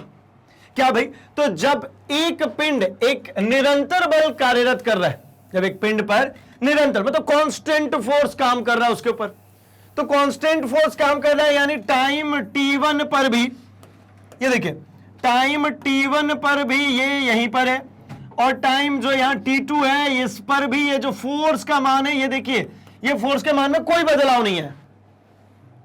तो इस समय जो ये क्षेत्रफल निकलेगा, ये जो क्षेत्रफल निकलेगा, इसी को कहूंगा क्या, F इंटू डेल टी। इसी को कहूंगा मैं क्या, कि ये है मेरा आवेग, और इसको निकालना बड़ा आसान काम है। क्यों, क्योंकि यहां पर ABCD एक क्या दिख रहा है आपको, एक आयत, और यहां पर आवेग का फॉर्मूला क्या हो जाएगा, आयत का क्षेत्रफल। मतलब मैं क्या लिख सकता हूं, देखिए कि मान लीजिए किसी पिंड पर T1 से T2 के समय तक एक अचर बल F कार्यरत है। T1 पर भी उतना ही बल था ये F, और T2 पर भी उतना ही बल था F। ठीक है, बल समय ग्राफ समय अक्ष के समांतर एक सीधी रेखा AB है। ये जो ग्राफ जो है मेरी, ये ग्राफ कौन होगी, तो ये ग्राफ ये जो स्ट्रेट लाइन दिख रही है, स्ट्रेट लाइन। ठीक है, जैसा कि चित्र में दिखाया गया। तो क्षेत्रफल निकालने के लिए क्या करते हैं, इस लाइन को मैंने डॉटेड करके ये ज्वाइन कर दिया, इसको भी ज्वाइन कर दिया, तो मुझे दो और नाम देने पड़ेंगे, एक C लिख दिया और एक D लिख दिया। तो मैं लिखूंगा ABCD का क्षेत्रफल कितना हो जाएगा। ठीक है, ABCD का क्षेत्रफल कितना मिलेगा, तो मुझे ABCD का जो क्षेत्रफल मिलने वाला है वो है AD इंटू AB, लंबाई गुणे चौड़ाई। लंबाई एक में कहूं तो मैं ये कहता ना F फोर्स है, और टाइम की बात करूं तो जरा देखिए, यहां से यहां तक का जो टाइम है ये T2 है, और यहां से यहां तक का जो टाइम है दिस इज T1। अब ये जो बचा हुआ टाइम हुआ, ये इतना सा जो टाइम है, ये कैसे निकलेगा, तो कुल में से ये T1 माइनस कर दीजिए। मतलब मैं क्या लिख देता हूं, मैं लिख देता हूं T2 माइनस T1, यह हो गया। ठीक, मतलब क्या समझ में आया कि इसका क्षेत्रफल जो हो गया force into T2 minus T1। अब force into T2 minus T1 को ही मैं ऐसा भी लिख सकता हूं क्या, इस T को ऐसा बदल के डेल T कर देता हूं। टी भी लिख सकते हैं, टाइम भी लिख सकते हैं, कोई ऐसे दिक्कत नहीं। मतलब समझ में आ गया कि समय अंतराल टी में बल F के आवेग का परिमाण है। समय अंतराल टी में जो है F वो क्या है, आवेग का परिमाण है, क्योंकि फोर्स इंटू टाइम, इंपल्स किस पे डिपेंडेंट होगी, फोर्स में। मतलब टाइम इंटरवल टी में जो फोर्स होगा यही रिजल्टेंट होगा किसका, इंपल्स का। अच्छा, इसी तरीके से अगर मैं बात करता हूं कि ये फोर्स वेरिएबल हो, चेंज हो रही हो, एक समान नहीं हो, अचर नहीं हो, तब तो ये देखिए, जब एक परिवर्तनशील बल पिंड पर कार्यरत है जो चेंज हो रहा है, मतलब धीरे धीरे उसकी इंटेंसिटी बढ़ रही है, फिर धीरे धीरे कम हो रही है। जैसे ये देखिए, ये T1 पे यहां पर इंटेंसिटी बढ़नी शुरू हुई, ये पिक पर चली गई, बी पर गई तो इंटेंसिटी मैक्सिमम, एंड अगेन आकर के खत्म हो गई T2 सेकेंड पे। मतलब ऐसा समझे कि मान लीजिए किसी परिमाण में परिवर्तनशील बल किसी पिंड पर समय T2 माइनस T1 मतलब T सेकेंड के लिए कार्य करता है, तब बल समय ग्राफ एक ABC वक्र है, जैसा कि चित्र में दिखाएगी। यह वक्र है भाई। अब इसको तो ऐसे नहीं निकालेंगे ना, जैसे अभी हमने लंबाई इंटू चौड़ाई करके निकाल दिया था। तो इसके लिए क्या करेंगे, तो इसके लिए सीधी बात है इंटीग्रेशन। इंटीग्रेशन क्या होता है, इंटीग्रेशन जोड़ होता है, वो क्षेत्रफल ही निकाला। देखिए इंटीग्रेशन में क्या होता है, एक छोटा सा ऐसा टुकड़ा ले लिया, इसको निकाल दिया, फिर एक छोटा सा टुकड़ा ले लिया, इसको जोड़ दिया, फिर एक छोटे से टुकड़े को जोड़ दिया, फिर इसी प्रकार से इस टुकड़े को जोड़ दिया, मतलब छोटे छोटे टुकड़ों को जोड़ देते। अब ये हर एक छोटे छोटे टुकड़े कौन है, ये छोटा सा टुकड़ा कहूं तो ये dt है, इसकी बात करूंगा तो ये भी कौन है, ये भी dt है, इसकी बात करूंगा ये भी कौन है, dt है, ये भी कौन है, dt है। मैं कहता हूं dt 1 2 3 4 ऐसे करके जोड़ दूं, कहां तक, तो मैं कहता हूं इसको जोड़ो, T1 से शुरुआत कीजिए और पहुंचाइए कहां तक, T2 तक। यानी T1 से T2 तक के ऐसे छोटे छोटे छोटे छोटे टुकड़ों को जोड़ दूंगा तो मुझे कंप्लीट मिल जाएगा T। तो इसी के सापेक्ष मुझे इसकी भी तो बात करनी पड़ेगी ना, ये फोर्स का एक टुकड़ा, फिर एक फोर्स का टुकड़ा, फिर एक फोर्स का टुकड़ा, यानी अल्टीमेटली किसकी बात कर रही है, अल्टीमेटली पूरे क्षेत्रफल की ही बात हो रही है। तो मतलब जब वेरिएबल फोर्स मिल जाए मुझे, जो चेंज हो रहा हो, जो परिवर्तनशील हो, तो इंटीग्रेशन कर दीजिए। क्या, तो सिंपली देखिए I equals to integration of F dt, कहां से कहां तक भाई, तो 0 से स्टार्ट हुआ T तक। 0 से T का मतलब क्या है भाई, तो ये 0 से स्टार्ट होगा और T तक। लेकिन यहां पर जो कंडीशन में आया उसके लिए क्या लिख लूंगा, तो मैं लिख लूंगा T1 से T2 तक F dt। कहां से कहां तक, ये T1 से स्टार्ट और T2 तक खत्म। ठीक है, इंटीग्रेट करेंगे तो मुझे पता है कि क्या मिलने वाला भाई, तो F तो बाहर आ जाएगा, अंदर क्या बचेगा, सिर्फ और सिर्फ dt, T1 से T2 तक। इसी को कहूंगा मैं इंपल्स। ये फॉर्मूलेज मैं जानबूझ करके आपके लिए एक्सप्लेन कर रहा हूं, क्योंकि जैसे ही क्वेश्चंस में आएंगे हम डायरेक्ट इनको इस्तेमाल कर पाएंगे, और डायरेक्ट अगर आप इस्तेमाल कर पा रहे हैं तो आपको कहीं पे कोई दिक्कत परेशानी नहीं होगी। तो देखिए भाई, हमने यहां तक में first law, second law, impulse, momentum, inertia, इतने टॉपिक्स को including force, definition of force, इतने टॉपिक्स को हमने यहां तक में समझा है, सीखा है। एंड अभी आई नो कि अब ये पूरी चीजें आपके फिंगर टिप्स पे आ चुकी है। अगेन रिपीट करता हूं, इनर्शिया इसका मतलब सिंपल सा था, जड़त्व तो इसका मतलब था कि कोई भी ऑब्जेक्ट अपनी टेंडेंसी चेंज होने को क्या करती है, विरोध करती है। उसकी टेंडेंसी है जिस अवस्था में उसी में रहेगी, लेकिन ये बदल जाता है कब, जब आप उस पर एक असंतुलित बल लगा दीजिए। और ये पूरी स्टेटमेंट इनर्शिया के साथ में असंतुलित बल की, ये हो जाती है हमारी फर्स्ट लॉ, कि मतलब कोई ऑब्जेक्ट जिस अवस्था में है उसी अवस्था में रहना चाहेगा, कब तक, जब तक कि उस पर कोई असंतुलित बाह्य बल कार्यरत ना हो। फिर हम बढ़े किसकी तरफ, मोमेंटम। मोमेंटम क्या होता है भाई, तो मास इंटू वेलोसिटी, द्रव्यमान इंटू वेग। और इसमें हमने समझा कि जब किसी भी ऑब्जेक्ट के ऊपर आपने बल लगाया है तो उसके द्रव्यमान में अगर आप कोई चेंज नहीं कर रहे हैं तो आप उसके वेग में चेंज कर रहे हैं, तो लगाया गया बल उसके संवेग परिवर्तन की दर के समानुपाती हो गया। मतलब जो F था वो डायरेक्टली प्रोपोर्शनल हो गया किसके भाई, तो हो गया वो mv अपॉन टी के। सॉल्व किया, F इक्वल्स टू मिला m है, और फोर्स की यूनिट क्या होती है भाई, तो न्यूटन होती है।